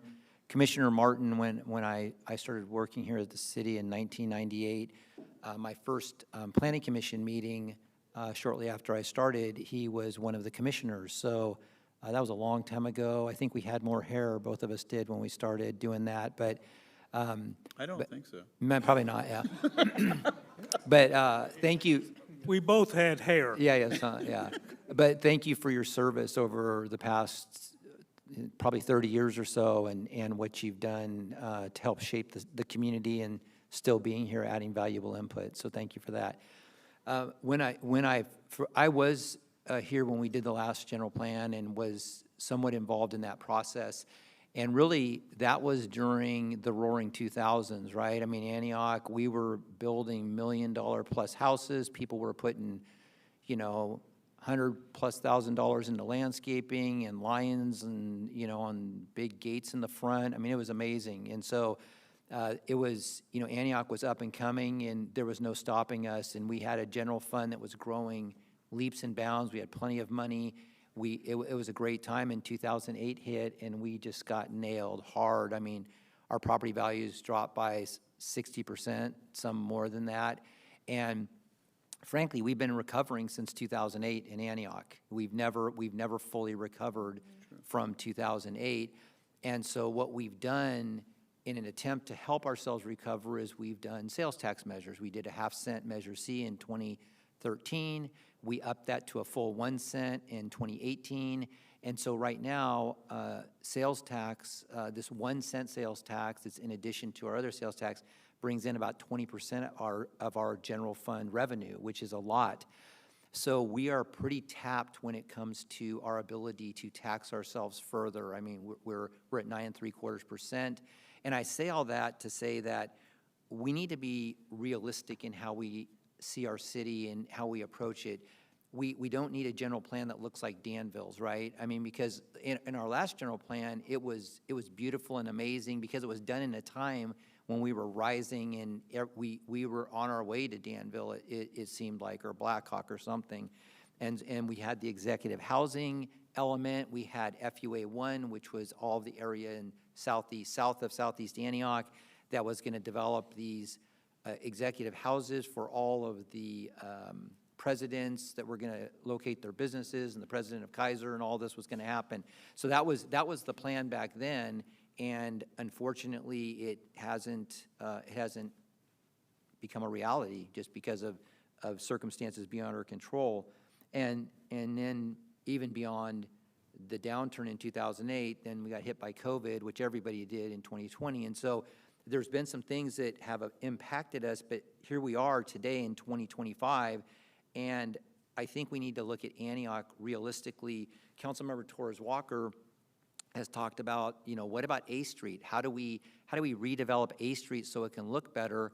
And the reality is we're going to spend $20 million on L Street to improve L Street from Sycamore down to the water, I guess, down to 4th, maybe, down to there. And 15 of that's coming from grants, and 5 million's coming from the city ourselves out of our transportation money.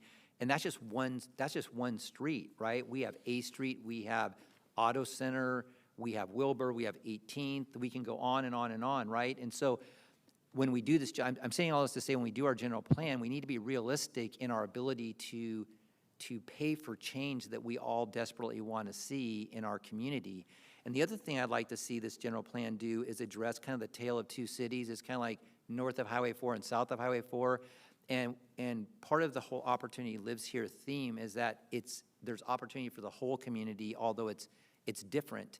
And somebody here talked about the hills, right? And then we have the downtown area. We need to find a way to bring all of that together so that although they're very different, they're unique. Downtown has 150-year-old houses. It's super cool. It has a waterfront. The Southeast Antioch has different opportunities. And so I think we need to find a way to bring those together. And I know that a lot of communities are trying to create lifestyle environments where you can live, work, play in your community.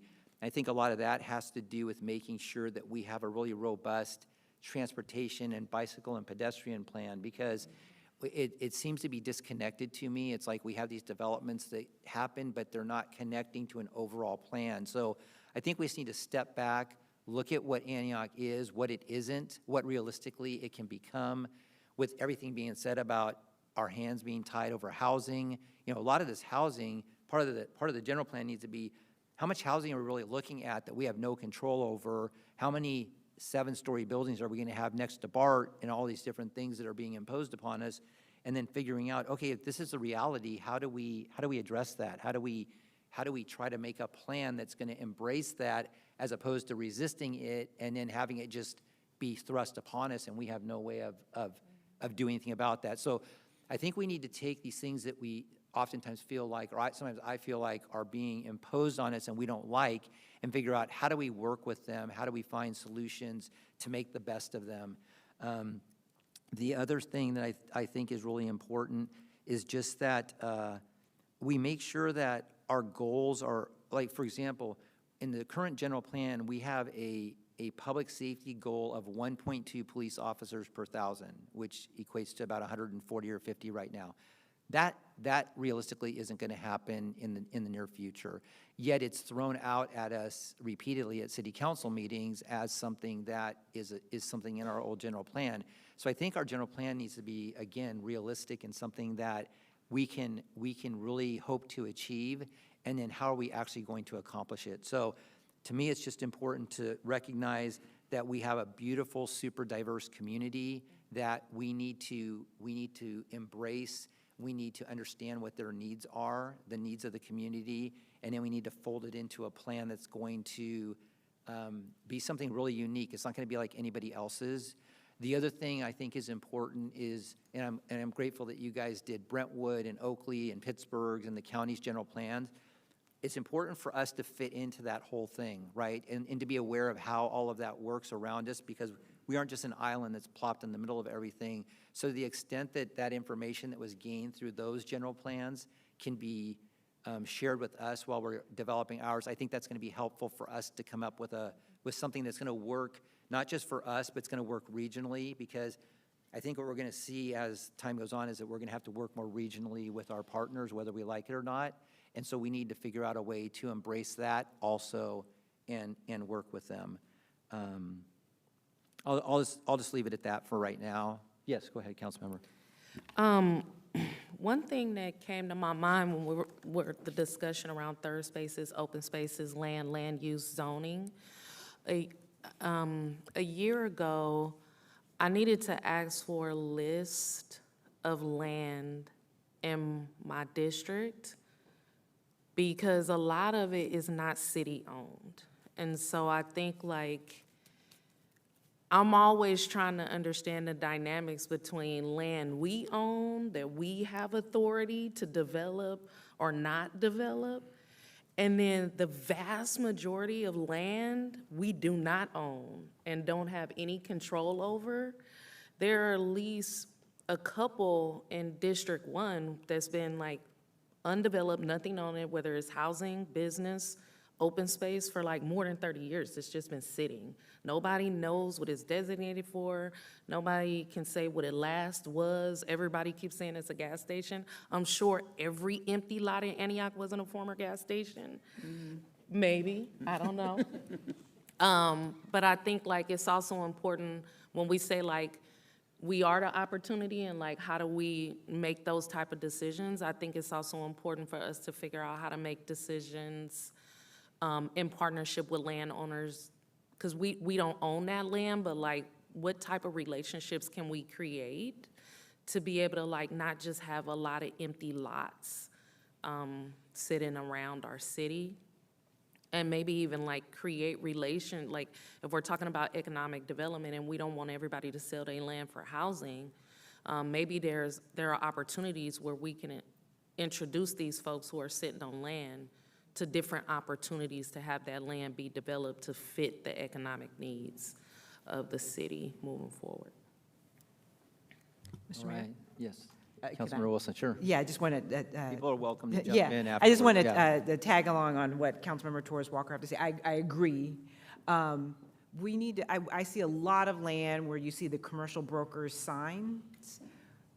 Do we even know if these commercial brokers are coming out? I remember once, Mayor, I think you were the city manager at the time, it was a property downtown, the commercial broker came and he's like, I haven't been here in X amount of years. I'm like, okay, great, that's why this land is never selling. How do we get the better relationship with a lot of these commercial brokers that are supposed to be working in our best interest to get good projects there, projects that's gonna benefit the city?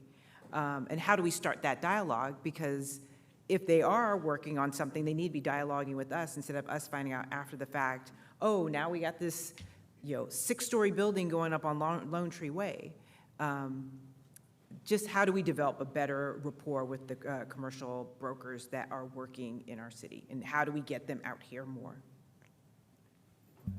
Thank you, yes. Oh, you're fixing your hair? Yeah, me too. Yeah, so, any other comments before we move on to question number 2? All right. Was that enough information for you? Or would you like more? You guys are amazing. That was fantastic. I so appreciate your thoughtful responses. And it's fun when we get to come and do a general plan where you're asking for something that's not just like another community, but you're unique, you have real challenges, and we have to be creative. So yeah, we're gonna have some marching orders after tonight. So I love that. Plenty to think on. And just regarding, there are a few comments, I really appreciate the focus on economic development not necessarily being jobs for a workforce you don't have, but jobs that reflect your current workforce's needs, and looking maybe at opportunities to increase opportunities for your workforce, and then also looking at all of the housing requirements of the state, because a lot of jurisdictions they don't want to turn a blind eye toward it, but it's overwhelming to realize that that is out of your control, and you have to ministerially approve projects regardless of whether or not it's what your vision for that location is. So really looking at how that could impact the city, how we can really plan for services, for growth, that's not necessarily based on the numbers that your general plan might generate, but based on numbers that the state might require you to accommodate. So I like these challenges, and it's going to be fun to think of some creative solutions and ways that you can address that. So I'm already getting ideas for future white papers to bring to you.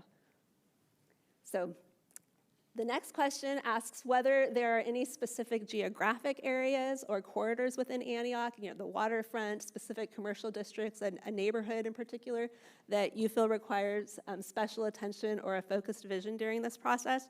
I know there are a number of special planning areas in your current general plan that we'll be taking a look at. You have the recent downtown specific plan that was developed in, I think, 2018 and adopted or updated in the last few years. So we'll be looking at all of those. We'll look at Measure T, but then do you have just specific areas of concern that you want us to just take a special look at? So. Do you have a pen with a lot of ink in it? Yes. Can I go? I said, do you have a pen with a lot of ink in it?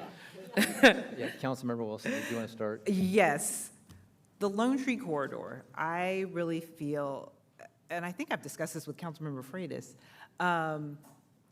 I feel like it was very haphazardly put together. And I feel like there's gaps, it just doesn't make sense. And if we can have a plan around what is it we want to see, that's a major corridor. If you think about it, it starts as A Street downtown and comes through and it cuts through the rest of the city and it goes through Brentwood. So it's a major corridor, and I feel like there's no real rhyme or reason. We have there's a dilapidated shopping center where we're having a problem with the owner on Lone Tree, and we just need a plan around Lone Tree Way that that works for the community, but it's a benefit at the same time. It's a benefit to us. And then a future potential area is around the Deer Valley Kaiser area. We're going to be having a lot of development that's going on there. Are we thinking? I believe one of the spaces right across the street from Kaiser is going to be a potential commercial area. How are we thinking about that? And then, as always, looking at the infill areas that we can look at.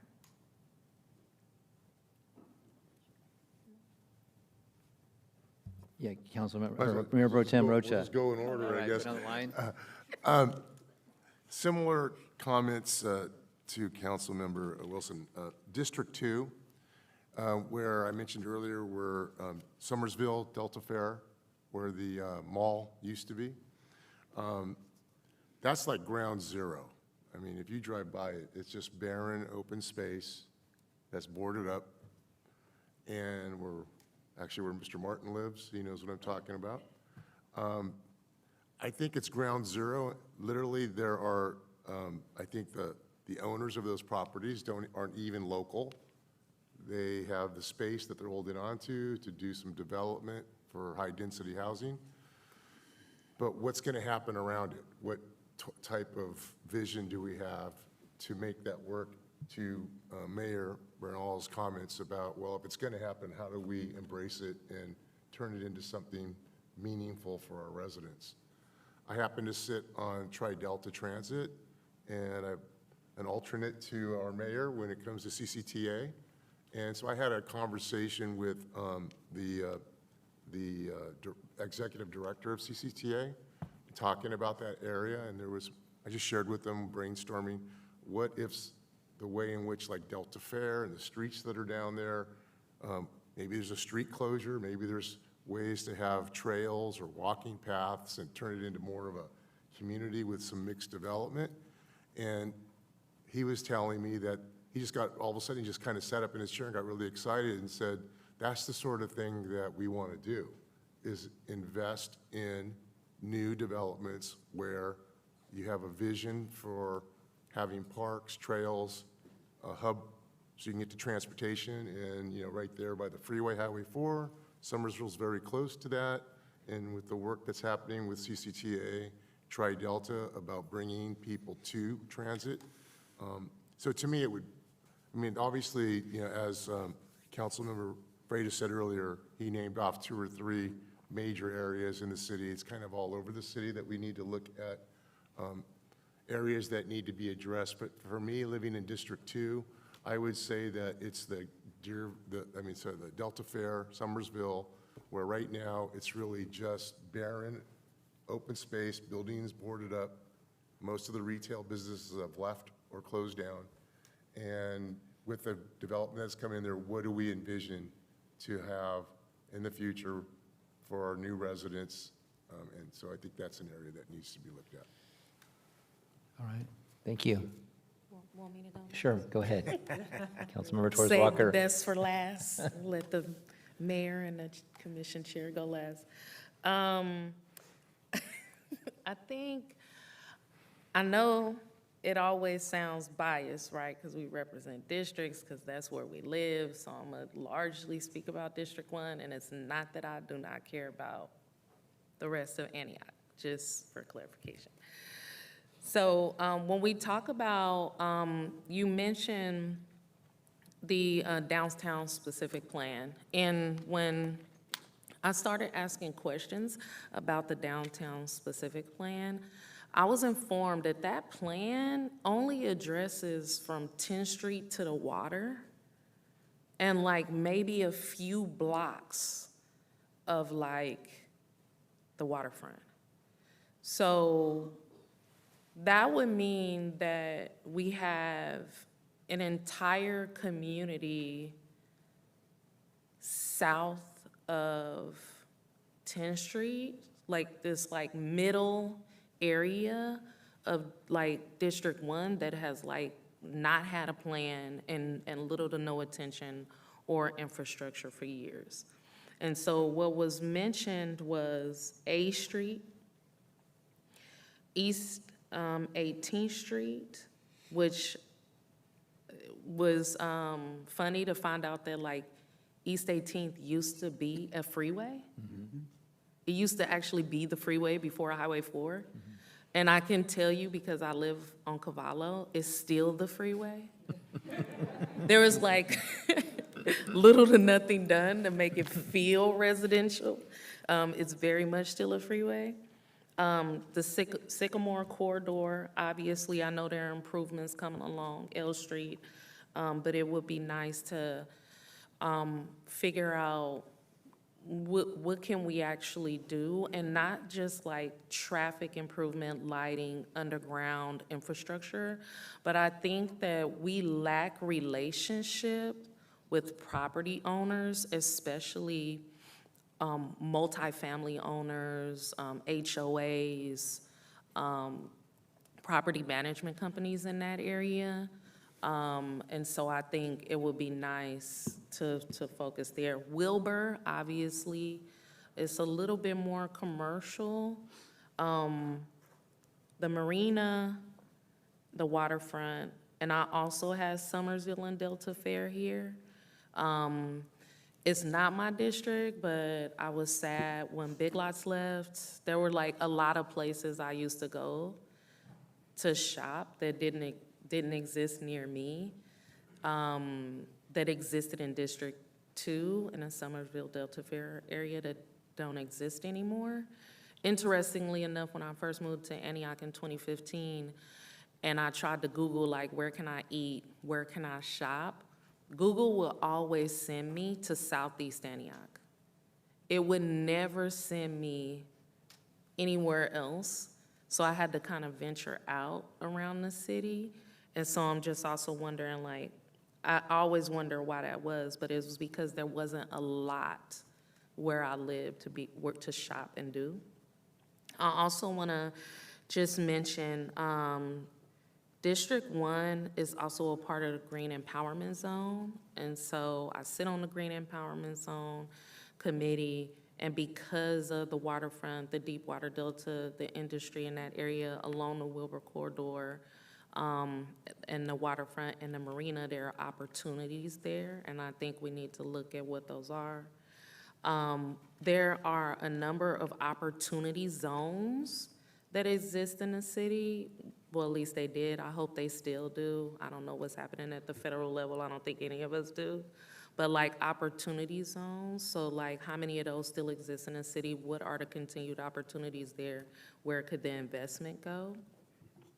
And another thing that I like to use to address issue like areas that need like deep concentration, not just in my district, but also District 2, because we have similar challenges, is like, where's the census data, census tract data that shows you where your most vulnerable residents live and where the highest need is in the city.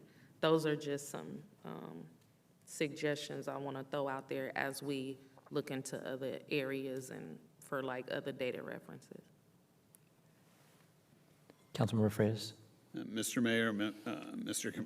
Chairman, I think by the time we go through, we will have named every major, street.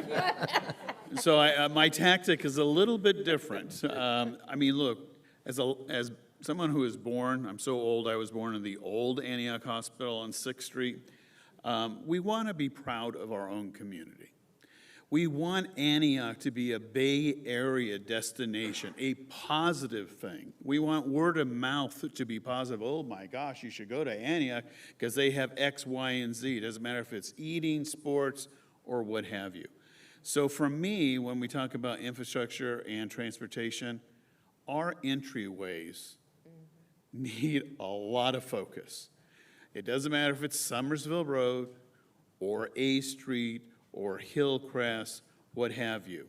I mean, when you leave the city of Martinez and you're on Alhambra and you take a left to come to Antioch, they have murals, beautiful murals about their history. It's all beautiful, it's color. Of course, there are probably accidents from people looking at them, but, it's just, it is inviting. It's part of economic development, it's part of quality of life. So entry into our community and exiting are very, very important. I mean, if the Hillcrest, interchange is sometimes very difficult to get on and get off and leave the city. The other, it's just not about the cars. We have other things that I think we need to take a look at, and that is, what role is BART really playing in our community? And, history being what it was, one of the BART stations was actually going to be located on L Street by the Contra Costa Fairgrounds. Unfortunately, it did not move forward. But that was one of the ideas of BART. And I think we need to go back and take a look at rapid transit or eBART and see where we're at and where we might have opportunities. The other is ferry service. We have a Bay Area ferry service, and a lot of time, energy, and effort was focused on having a dock and ferry service in the downtown area. It died because people just stopped paying attention to it and stopped talking about it. So that is another, means of transportation. The other is just, we do have other alternative transportation, and the mayor sits on the Contra Costa Transportation Authority, and there actually are other means of transportation besides BART that are now being discussed and tested in Brentwood. The other is rail service. Are we going to have a train a station in the downtown area or not? Where are we at on this particular area? So I think water, rail, new technology are all part of where we need to focus geographically on so many quality of life issues, jobs, and things of that sort, as well as being a destination for the greater Bay Area. All right, who's up next? Oh, Commissioner Jones, go ahead. Hi. So I think that the reason that we're mentioning all of these areas is because they have been underloved, is for lack of a better term for it. So I'd like to see in the general plan, if possible and legal, remedies for failure to loving their land, like we love our land. And so I don't know if there are remedies or actions to be taken, but that's what I would like to see in a general plan, because like some of the city council said earlier, that they're not being developed. We don't have good relationships with the developers, and maybe we need to start there. But so So I say that, and then the areas that I would like to see specifically is A Street. If we're going to be focusing on downtown, and we've already put in this effort to try to build that up in the waterfront, I think that's a great place to start. Like everybody says, there's a lot of love that needs in different areas, but I feel like if it's going to take us 20 years to do one space, I think it should be A Street. And then I think that there's a lot of mention in the general plan of retail spaces, but I know that we talked about a little bit about third spaces earlier, and I think we need to be focusing on experience-based businesses and not just retail-based businesses. So whether if we're focusing on a specific area or corridor, or maybe we can have an experience-based business activity center. I'm talking like rage rooms, paint and sips, escape rooms, things like that. Experience-based businesses. Higher earners spend 9% of their income on experiences as opposed to retail. And then 78% of Gen Z would rather spend their money on experiences as opposed to retail. So I think when we look at those numbers, and Gen Z is our target audience because it's going to take 20 years, so I think we need to be focusing on who we are developing for, and I think we should be looking at those numbers. And so when we look at the retail mentioning in general plan, I think we should be focusing on experience-based businesses, and I think if we're going to start one place, it should be on A Street. All right, thank you. Commissioner Perez. So I want to add on to what she said. I was going to add on to empty shopping centers, and I was going to focus on, especially the one here on Deer Valley Road. We had the AMC, which we don't have, as everyone said. We don't have any entertainment. We don't have any movie theater, as you guys all know. I think the other one was the Delta Fair Shopping Center, Summersville. I think the big one was also the mall. And as our commissioner just mentioned, I think focusing on those shopping centers that closed, maybe transitioning to something like, like downtown, not downtown, I'm sorry, like in Wanna Creek or Veranda, down Veranda, how they transition, how they have that movie theater, and a lot of, these generations are going, they have that movie theater, they go, the escape, they have Davis Busters, they have, for all the generations that you can go there. So I think that would be nice to transitioning all these shopping centers that we have that are closing down to bring them up like that. That would be nice to see Antioch having that. Commissioner Riley. I just wanted to mention something that I know our commission has always kind of talked about before, and it was mostly Commissioner Gatia who mentioned this, former Commissioner Gatia, is making sure that our city is utilizing native-born plants and natural pollinators in our city. Our commission, I know we've had lots of things come our way, and there's comments of changing it to making sure that the plants that we're putting in developments are native to this area. They're not going to mess up the local ecosystems or cause unwanted competition between species. I'm not exactly sure if a general plan is the right place for that, but I'd love to have a plant palette focused on making sure that we could have things that are good for our ecosystem here. There's also opportunities to make sure that we have like pollinator flyways. I know we have lots of PG&E easements that zigzag through our city, canals and other kind of, in a way, open spaces, or if there's a case of a power line, a kind of a pseudo open space. But maybe there's an opportunity there to make sure that we can connect different ecosystems and parts north and south, east and west to Antioch to just benefit our local habitats. So just a thought I had. And then everything else said, but I'm trying to see my dog tonight. All right, Commissioner Simon. Thank you.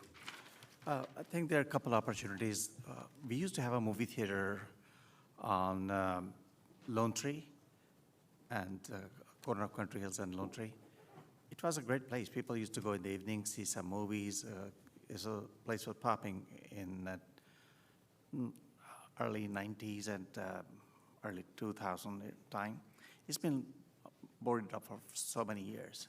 I think that can be a wonderful opportunity for some investor or city. They can have movie theaters upstairs and some small businesses downstairs, so it becomes a shopping mall plus movie theater. So it will bring younger crowd and older crowd at the same time. Then if you go to that plaza, it used to be beautiful. Now you are scared to walk that plaza, Ford Max area towards that theater. After it gets dark, you are scared to walk down that area. And second place would be Delta Fair, like I already said, where Ford Max used to be. That building has been eyesore for a long time. So when you take the exit, you see that, and that, I don't know what city can do or anybody can do, but that needs to be changed. So that's an eyesore for the whole city. It brings us a bad name. Train station was, like somebody has mentioned earlier, that is also not a very safe place for people to walk into, take a train from there. If we make it look better, probably people will start taking train more often. Thank you. All right, thank you. Commissioner Martin. My first thoughts come to demographics.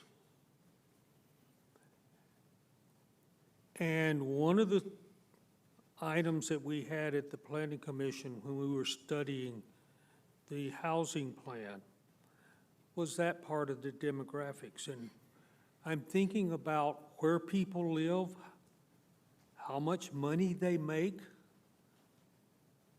and whether or not things like retail can support those people or those people support the retail. So my thinking, and I'll finally get around to it, but my thinking is retail, from what I am reading, is going down. You're not going to have lots of retail stores. You're going to have the Amazon. You're going to have the Walmart sending out packages in the mail. It's not going to be a store in which you can go to.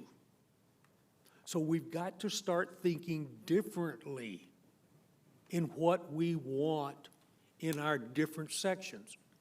You brought it up. Summersville Town Center is empty. No gotcha